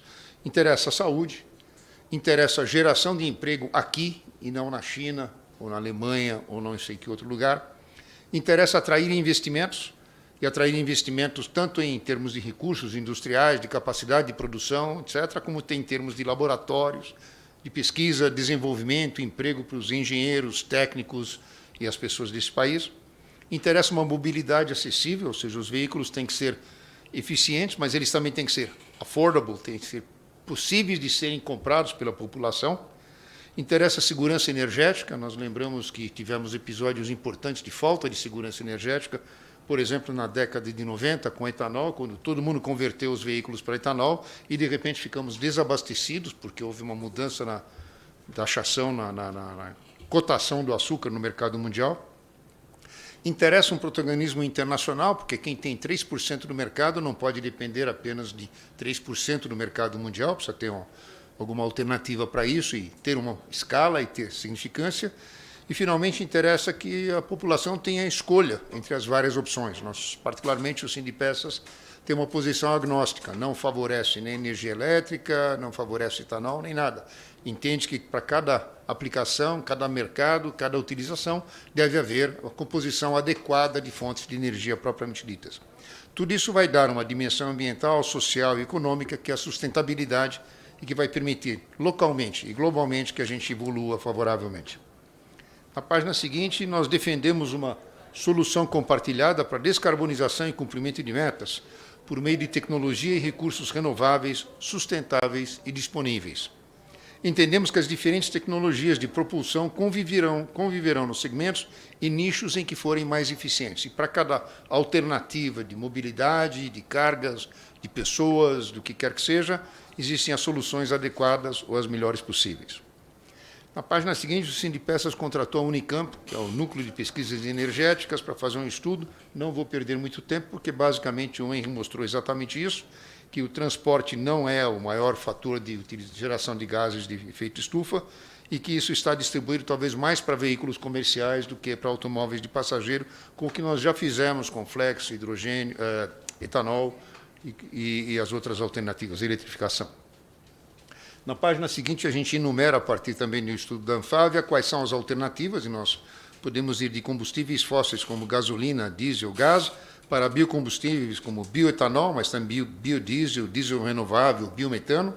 Podemos passar por eletrificados das várias alternativas e até para células de combustível, que, na verdade, não vão depender de baterias, mas vão gerar, a partir de hidrogênio ou a partir do próprio etanol, a energia elétrica necessária para movimentar os veículos. Não está na lista, mas existe a alternativa de utilizar hidrogênio como combustível para motores de combustão interna, que também é uma alternativa. E nós temos uma vantagem fantástica em termos de produção de hidrogênio, que é o fato de que nós temos o sol, nós temos os ventos unidirecionais, nós temos a energia limpa disponível, podemos fazer isso para frente. Na próxima página, a gente usa a informação do Ministério das Minas e Energia, que também o Henry já mostrou, dizendo que, na verdade, o híbrido flex brasileiro com etanol é tão competitivo ou é mais competitivo do que um veículo elétrico nos Estados Unidos ou na Europa em termos de emissões propriamente ditas, ou seja, temos todos os recursos na mão. Nós temos também ainda no nosso estudo, na próxima página do NIP, da Unicamp, as conclusões sobre as alternativas, as oportunidades e as barreiras para cada forma de propulsão dos veículos leves. Vou tentar ganhar um tempo. E na página seguinte, temos a mesma coisa para os veículos pesados. E aí eu começo a ir para a página seguinte, pontos de atenção para os quais queria chamar a atenção. A primeira delas chama-se segurança energética, exatamente a partir do problema que nós tivemos um dia com o etanol, a partir de algumas outras decisões que tivemos com outros combustíveis, a gente precisa pensar não apenas em decidir qual é o caminho, mas ter certeza de que para a demanda, para a utilização, para a mobilidade individual das cargas, das pessoas, a gente terá a garantia de ter o combustível e uma dependência possivelmente pequena de soluções alternativas. A segunda questão é que nós estamos falando de dinheiro grosso em termos de investimento em qualquer tecnologia. Mas valores e prazo de desenvolvimento, que são muito importantes, e essa é uma indústria de ciclo longo, não é de ciclo curto, quando eu decido alguma coisa num ano, o resultado vai para o mercado 3, 4 anos depois, no melhor dos casos, os últimos não serão os primeiros, ou seja, se nós demorarmos para definir quais são os caminhos que nós vamos seguir, nós vamos simplesmente ver os outros chegarem na frente da gente. Nós precisamos tomar decisões e precisamos eleger caminhos ou alternativas que permitam que a gente siga para frente. O Sindipeça, junto com a Fábia, também fez um estudo sobre motores, e a gente tem a sensação de que os motores de combustão interna estão com os dias contados. Não é exatamente assim. Então, se nós formos para a próxima página, queria chamar a atenção. A frota atual de veículos é na casa de 1,5 bilhão de veículos no mundo. A produção mundial de veículos é 81 milhões de veículos. Nós podemos ter 30% deles eletrificados atualmente, mas eles são eletrificados em mercados de nicho, no mercado dos Estados Unidos, da China, da Europa. Não são eletrificados na América do Sul, em sua maioria, na África, no sul da Ásia, etc. Se todos esses veículos, 80 milhões de veículos de produção anual, fossem elétricos, nós demoraríamos 18 anos aproximadamente para renovar a frota mundial hoje em circulação. No caso do Brasil, nós temos hoje 47, não 46 milhões de veículos, nossa produção é 2,3, 2,4. De novo, se nós usássemos todos os veículos elétricos a partir de hoje, ainda demoraríamos 20 anos para conseguir substituir a frota. Como eles não são elétricos hoje, nós sabemos que nós estamos discutindo um prazo teórico de 20 anos, provavelmente nos próximos 40, 50 anos ainda teremos muitos veículos a combustão. Até porque quando falamos em veículos híbridos, falamos que eles são propelidos por energia elétrica, mas também são propelidos por veículos, por motores de combustão, sejam renováveis de origem biológica, seja petróleo como combustível fóssil. Na outra página, eu queria mencionar para vocês que e já repetindo o que já foi dito, que as oportunidades para o nosso país são, primeiro, inspeção. Inspeção é para assegurar que os veículos que estão rodando na rua atendem os requisitos da época em que foram fabricados, em termos de saúde, em termos de segurança, em termos de eficiência energética, etc. Houve uma brutal evolução, a contaminação do meio ambiente diminuiu em 90%, 95% nos veículos nos últimos anos, mas isso não está incorporado na nossa frota porque a gente continua mantendo os veículos antigos e, pior ainda, não inspecionando e não assegurando. É como quando nasce uma criança, a gente faz o teste de pezinho e depois continua levando para o médico periodicamente. Aí, quando a gente compra um veículo de uma montadora, a gente tem o teste e o ensaio assegurando que o veículo está adequado quando sai da fábrica, e depois, se nunca mais for levado para nenhuma oficina, na verdade, ele perde até as características que ele tinha 15, 20 anos atrás, quando foi produzido. A segunda delas é a renovação de frotas. Precisamos, com as novas tecnologias, começar a aposentar os veículos antigos e incorporar o benefício. E precisamos achar um esquema adequado que permita que a população com renda baixa, juros altos, consiga fazer isso e que todos sejamos beneficiários de um ambiente saudável, limpo, livre de acidentes, eficiente energeticamente e com conteúdo local. Nós podemos também impulsionar os veículos leves. Precisamos trazer para dentro os biocombustíveis, que é uma das competências desse país, tanto no mercado local como internacional. Eu tenho acompanhado isso por bastante tempo, e nós estamos aí com etanol desde o final da década de 70 no mercado, mas na América do Sul, quem usa o etanol somos só nós. E, no entanto, se vocês olharem, a Argentina, Bolívia, uma série de países têm condições análogas às nossas para serem autossuficientes em etanol propriamente dito. Recentemente, nós tivemos a felicidade de abrir novos mercados, novos países para o etanol. E, de repente, tem uma associação olhando isso, e tem a Índia falando e abrindo os primeiros postos a etanol e tudo mais, mas é a Índia. E por que os nossos vizinhos não nos acompanham? Por que a gente não consegue transformar etanol numa commodity, de uma commodity local para uma commodity internacional? Ou seja, tirar o medo dos outros países de que, de repente, utilizando esse tipo de combustível, vão cair de uma OPEP no monopólio brasileiro. Então, podemos desenvolver isso. Para veículos pesados, nós temos falado muito a respeito das alternativas, mas os sistemas de ensaio para começar a dar os primeiros passos estão engasgados nas nossas sistemáticas. Precisamos definir quais são as alternativas e oferecer ao mercado para que ela escolha. Temos alguns veículos elétricos, temos alguma propulsão com biometano, mas a gente, quando fala em veículo elétrico pesado ou biometano, precisa falar em baterias, precisa falar em reabastecimento. Quando fala de biometano, não adianta produzir no oeste do estado de São Paulo e querer ter consumo no nordeste, onde não tem biometano. Isso precisa ser equacionado.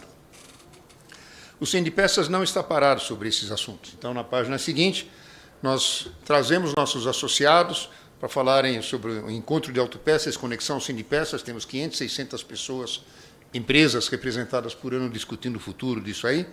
Fazemos webinars com academias, montadoras, sistemistas, etc. Trabalhamos com 3 consultorias, a Boston Consulting Group, McKinsey e a Unicamp. E temos os nossos próprios comitês técnicos para tocar o assunto para frente. Na página seguinte, participamos do MIB, Made in Brasil Integrado, que é uma iniciativa da Margarete com uma série de outras pessoas, nasceu com os respiradores pulmonares no meio da pandemia do Covid, e aprendemos que nós não dependemos tanto quanto pensamos dos outros, e se podemos fazer respiradores, de repente fica a pergunta, por que não podemos fazer componentes, autopeças, sistemas? Trabalhamos no comitê gestor desse programa, trabalhamos com hidrogênio e outras tecnologias, trabalhamos desde o começo do Inovar Alto, depois Rota 2030, agora Mover, ajudamos a estabelecer objetivos, participamos do Conselho Gestor e trabalhamos nos grupos técnicos de regulamentação. Trabalhamos em grupos e coalizões, como o que trabalha com renovação de frota e inspeção veicular, o MBCB, que foi lançado recentemente aqui em Brasília, que trabalha com mobilidade de baixo carbono para o Brasil, para tentar dizer quais são as alternativas e os caminhos, e finalmente trabalhamos, por exemplo, junto com o Engen, na Fiesp, com descarbonização, com frotas e vai por aí afora. E fazemos parte do Conselho Consultivo da Fundação Getúlio Vargas, que está tentando medir do berço ao portão o que está acontecendo. Eu teria poucas coisas para comentar, mas eu acho que o Brasil tem uma oportunidade ímpar pela frente. E essa oportunidade é o fato de que, quando a gente pensa em países mais eletrificados, sei lá, China, Noruega, não sei o que lá, na verdade eles não têm o leque de opções que o Brasil tem disponível. A Noruega ou usa combustível fóssil ou usa eletricidade que ela consegue gerar e sabe lá Deus qual é a fonte da eletricidade dela. A China tem uma posição parecida também.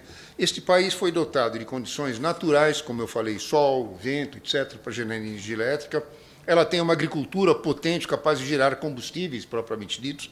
Ela é autossuficiente em termos de petróleo e continua encontrando. Precisamos resolver uma forma de extrair isso. Portanto, podemos até continuar tendo combustíveis fósseis. Então, nós temos, como poucas regiões no mundo, a liberdade de ser de um tamanho significativo e a possibilidade de escolher qual é a alternativa ou quais são as alternativas. E não precisamos desenvolver todas. Precisamos colocar à disposição e sentir como o mercado reage e como o meio ambiente reage àquilo que nós queremos fazer. E temos uma situação em que uma parte do mundo está se eletrificando numa determinada direção, mas a outra, o tal do sul global, ela tem as mesmas mazelas nossas, não tem uma infraestrutura de distribuição de energia elétrica, abastecimento, carga, mão de obra desenvolvida, dinheiro para pagar mais por veículos com tecnologia mais sofisticada, e pode ter condições de ter veículos mais condizentes com o meio ambiente, produzidos por tecnologias um pouco mais convencionais. E nós, à medida que os países mais desenvolvidos vão abandonando as tecnologias mais convencionais, felizmente pusemos no Mover e nos programas a oportunidade de trazer esta demanda que existe nos países menos competitivos, como nós, que fazemos parte do Sul Global, trazer isto como capacidade de desenvolvimento em termos de engenharia, como capacidade de produção, e somos extremamente competentes. Temos 70 anos de existência do Sindipeças e, mais do que isso, de existência de uma indústria automotiva que, a essa altura, é autossuficiente e capaz de desenvolver as tecnologias convencionais, que podem exceder as expectativas e os resultados dos lugares que estão mais sofisticados. Então, estamos diante de uma oportunidade em que, como diz o colega presidente da Bosch, nós temos todas as cartas do baralho. É uma questão de escolhermos com quais vamos jogar. E precisamos jogar logo, porque se a gente demorar para jogar, os outros vão passar na frente e o mercado vai se fechar. Muito obrigado pela oportunidade. Agradeço. Muito obrigado, Dr. Gabor Deac. É importante jogar. E eu sempre ia falar o seguinte, que time que não entra em campo não faz gol. Então você não pode fazer gol se não estiver participando. Acho que o Brasil tem que participar. As importações de peças automotivas aumentaram muito no Brasil e a gente tem que reverter isso para fazer com que elas sejam produzidas, gerando riqueza aqui no Brasil, não só nessa indústria, como todas as outras que nós perdemos ao longo do prazo. E na energia a gente está bem, né? Tem os baianos aí, a Bahia está produzindo lá energia através do sol, do vento. Só falta mais de quê? É melhor deixar para lá, negócio de Big Brother não. Mas, muito obrigado ao senhor. E quero passar a palavra aqui ao nosso consultor Pedro Garrido, representando a SEDES. Muito obrigado, deputado Félix Mendonça Júnior. Gostaria de saudar a iniciativa do deputado Félix, do deputado Pedro Kizai e do deputado Dr. Luiz Ovando, e agradecer aqui pelos nossos palestrantes. Foi muito rica essa discussão no dia de hoje. E o setor automotivo, como mostrou a diretora Margarete Gandini, ele tem 20% da produção industrial brasileira. No linguajar dos economistas, é um setor que tem um poder de arrastar vários outros setores na economia industrial brasileira e na economia brasileira como um todo. Então, nós temos aqui os representantes das montadoras e do setor de autopeças. É muito importante ter essas várias visões sobre...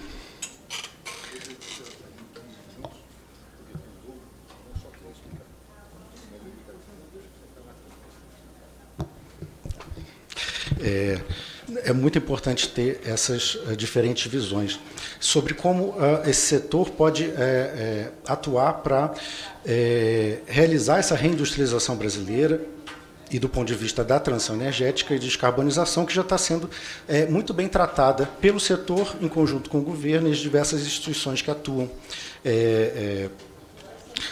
sobre esse assunto. Mas sobre a reindustrialização, acho que seria interessante aí uma pergunta e um comentário aqui para os nossos palestrantes, porque, como disse muito bem o diretor Gabor Deac, os últimos, eles não serão os primeiros. Em geral, os últimos serão os últimos mesmo. Dentro da história do desenvolvimento econômico, às vezes um último ele consegue chegar... Na telefonia foi assim, né?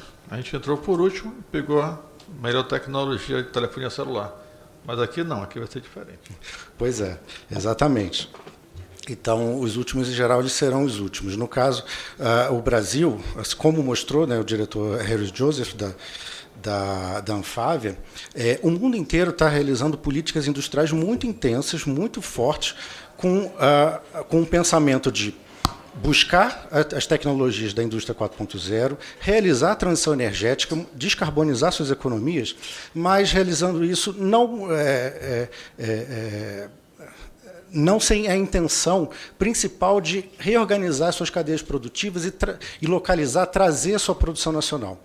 Então, acho que isso que é interessante escutar dos nossos palestrantes, e vai ser a discussão desse estudo, como que a gente pode... dentro dessas oportunidades de mudanças tecnológicas, expansão da fronteira tecnológica, mudanças na transição energética, como que o Brasil pode se situar com políticas que que parece que tem que ser ousadas, porque o mundo inteiro, Estados Unidos, Europa, China, nem se fala, estão reorganizando suas indústrias. No caso dos veículos elétricos, a China dispara, né, nesse sentido. Então, trazer essa discussão para a reindustrialização brasileira e para fazer com que um setor que tem essa capacidade de arrastar outros, de desenvolver outros setores, como é que ele pode melhorar a sua posição para reindustrializar a indústria brasileira, a economia brasileira. E aí, nesse sentido, tem até, no estudo anterior do SEDES, estava comentando aqui com o deputado Félix, nós vimos aqui, olhando alguns dados da CNI, o setor automotivo foi um dos que mais aumentou o coeficiente tanto de produtos importados quanto de insumos industriais importados. Então, o que o diretor do Sindipeças nos mostrou é que tem uma balança comercial deficitária, seria uma oportunidade, mas também é um ponto de preocupação aqui para esse parlamento de trazer maior produção nacional. O PID ele avança sobre isso, mas ele não necessariamente inclui a maior conteúdo local. Então, essa discussão é importante para ser feita e, né, queria também escutar aqui dos nossos palestrantes sobre essas questões que são centrais e que todos os países do mundo estão discutindo nos seus planos de reindustrialização.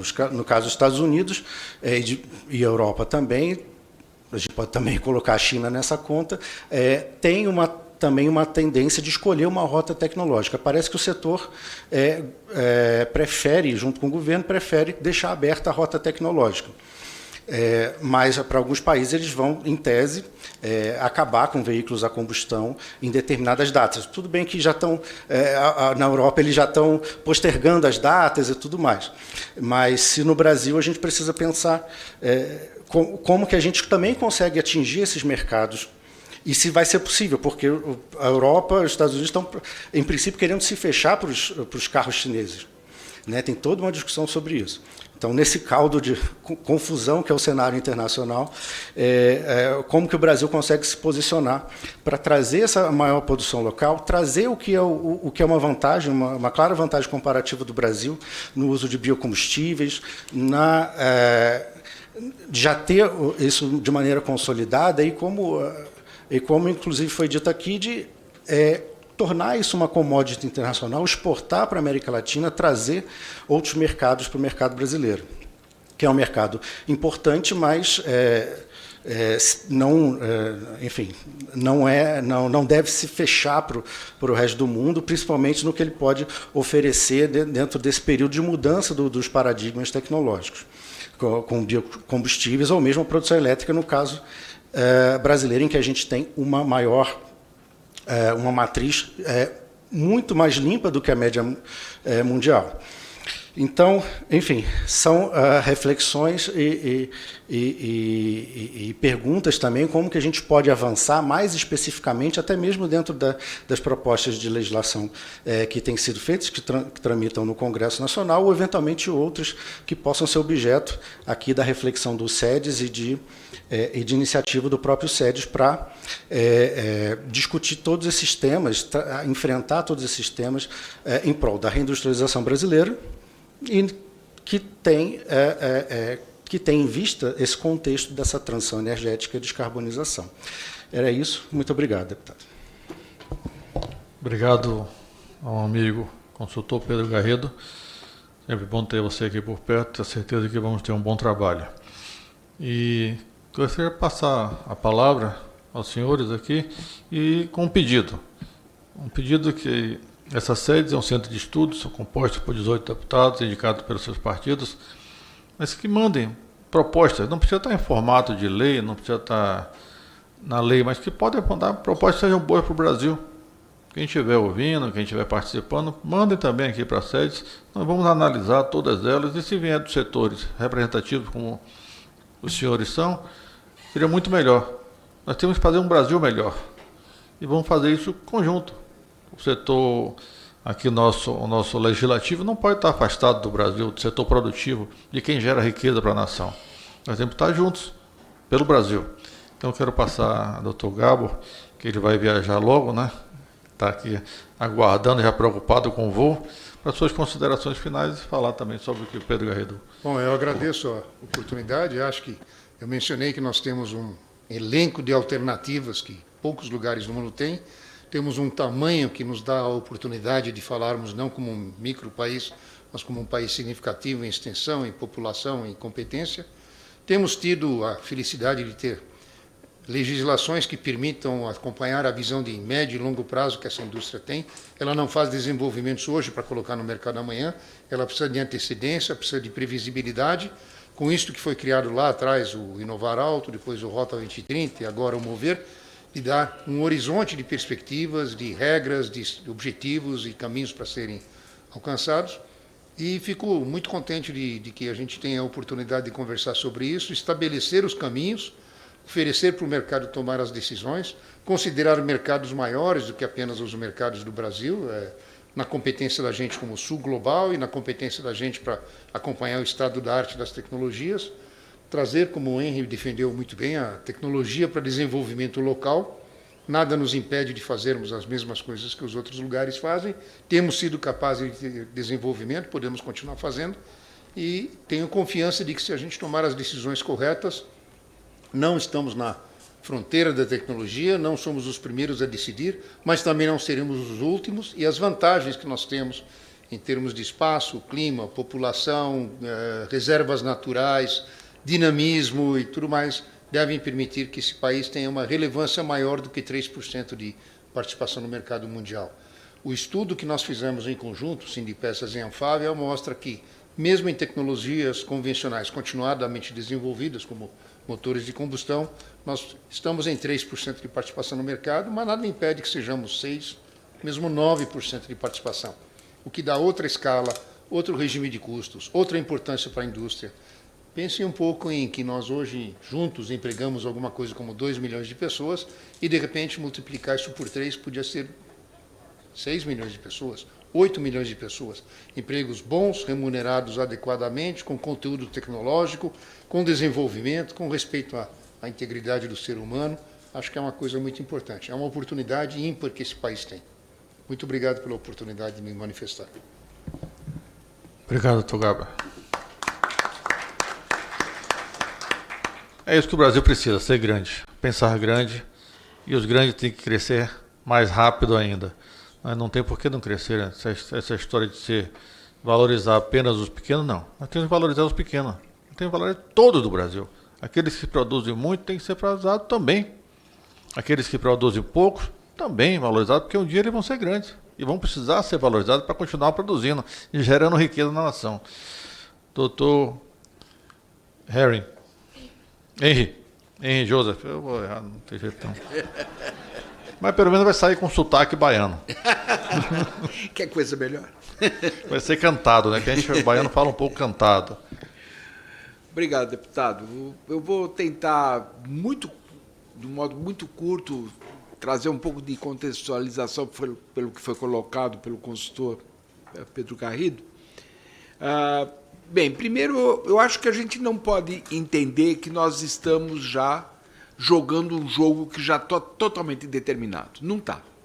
A questão da mobilidade, da indústria automobilística, dos produtos, dos processos, até dos meios de descarbonização, ainda é uma coisa que está em construção.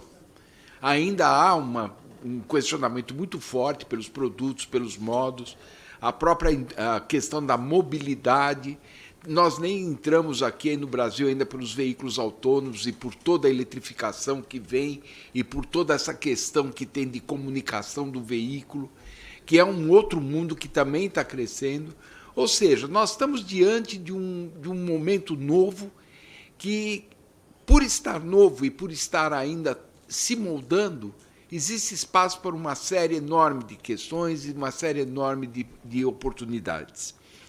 A própria questão da eletrificação, e foi mencionado aqui que a própria Europa estava indo com muita velocidade e de uma hora para outra parece que não é bem assim.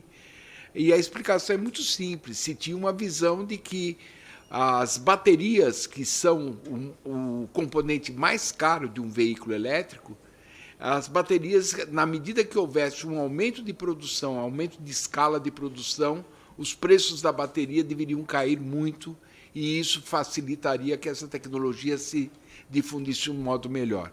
O que aconteceu foi que, com a grande procura dos metais nobres e dos metais que fazem a bateria, principalmente lítio e cobalto, o preço dessa commodity aumentou violentamente e o preço do produto final acabou não caindo na mesma velocidade que se esperava, ou seja, até hoje os produtos continuam com um nível de preço final alto, mesmo para o mercado europeu, que tem um poder aquisitivo maior. Então, essa situação, essa realidade, obviamente, não vou mencionar como é que é a questão na China, porque há um outro componente governamental muito forte na economia chinesa que não dá para a gente traduzir do mesmo modo que em outros mercados que têm uma economia mais normal, mais daquela que a gente conhece. Mas, enfim, essas tecnologias todas, elas estão se desenvolvendo e tem espaço para tudo isso. Por isso que, no nosso caso brasileiro, quando nós falamos em investimentos em tecnologia, pesquisa e desenvolvimento, não é para fazer para desenvolver o mesmo produto que já está pronto. Nós temos que pensar naquilo que podemos desenvolver para um futuro, em novas tecnologias, novos conceitos, novos meios de tração, novos métodos que poderão ser realidade no futuro, mas que ainda não estão muito claros hoje. E nesse desenvolvimento, nesses trabalhos, usando conceitos que aproveitem a nossa realidade feitos no Brasil, com certeza nós vamos estar utilizando muito mais as nossas matérias-primas, os nossos materiais, a nossa indústria de componentes local, que é aquilo que vai dar sustentação para isso. Esses produtos serão exportáveis? Provavelmente sim, porque essas novas tecnologias também estão sendo buscadas em outros locais. E, na medida que nós tenhamos meios de estar fazendo aquilo que hoje estamos tentando fazer, estamos desenvolvendo, eu acho que a gente não pode se pautar, mas o caso do biocombustível, o etanol, os outros países não utilizaram. Estão tentando utilizar. Eu acho que essa realidade está hoje ficando mais claro em outros países, que é um produto que, sim, pode ser uma alternativa muito boa em termos de descarbonização e, ao mesmo tempo, com uma tecnologia que é muito mais próxima do veículo convencional do que do veículo elétrico, dos veículos a baterias, e acaba sendo um produto para um poder aquisitivo melhor. Enfim, é um mercado que ainda está se desenvolvendo, que ainda existem oportunidades para todos aqueles que queiram jogar esse jogo e estejam interessados em participar. E o Brasil, acho que, com essas políticas que têm sido implementadas, está dando condições para que isso ocorra. Acho que é por aí. Obrigado. Obrigado, doutor. Bom, antes de abrir a franquia, antes de pedir para Pedro finalizar aqui, eu vou abrir, se alguém tiver da plateia querer fazer alguma pergunta aos palestrantes ou a Pedro Garrido, fica franqueada a palavra. Bom, não tendo quem queira falar, eu declaro encerrada para esta reunião, com a palavra final de Pedro. Pedro, você vai fechar a nossa reunião aqui com suas palavras, que são mais competentes do que a minha. Que nada, deputado. Acho que é só agradecer a presença de todos os nossos palestrantes. Tivemos uma reunião rica do setor, e junto com o governo e a BDI também, né, da deputada Perpétua, acho que vão enriquecer esse nosso debate do SEDES e trazer também mais contribuições para que a gente formule aí alternativas legislativas, né, para trazer para o foco no estudo essa perspectiva de aumento da nossa produção industrial, do ponto de vista da reindustrialização, dentro dessa questão da transição energética e descarbonização. Acho que é só isso. Muito obrigado. Obrigado a todos. Peço uma salva de palmas para os palestrantes, os presentes, e declaro encerrada a nossa audiência pública. Muito obrigado.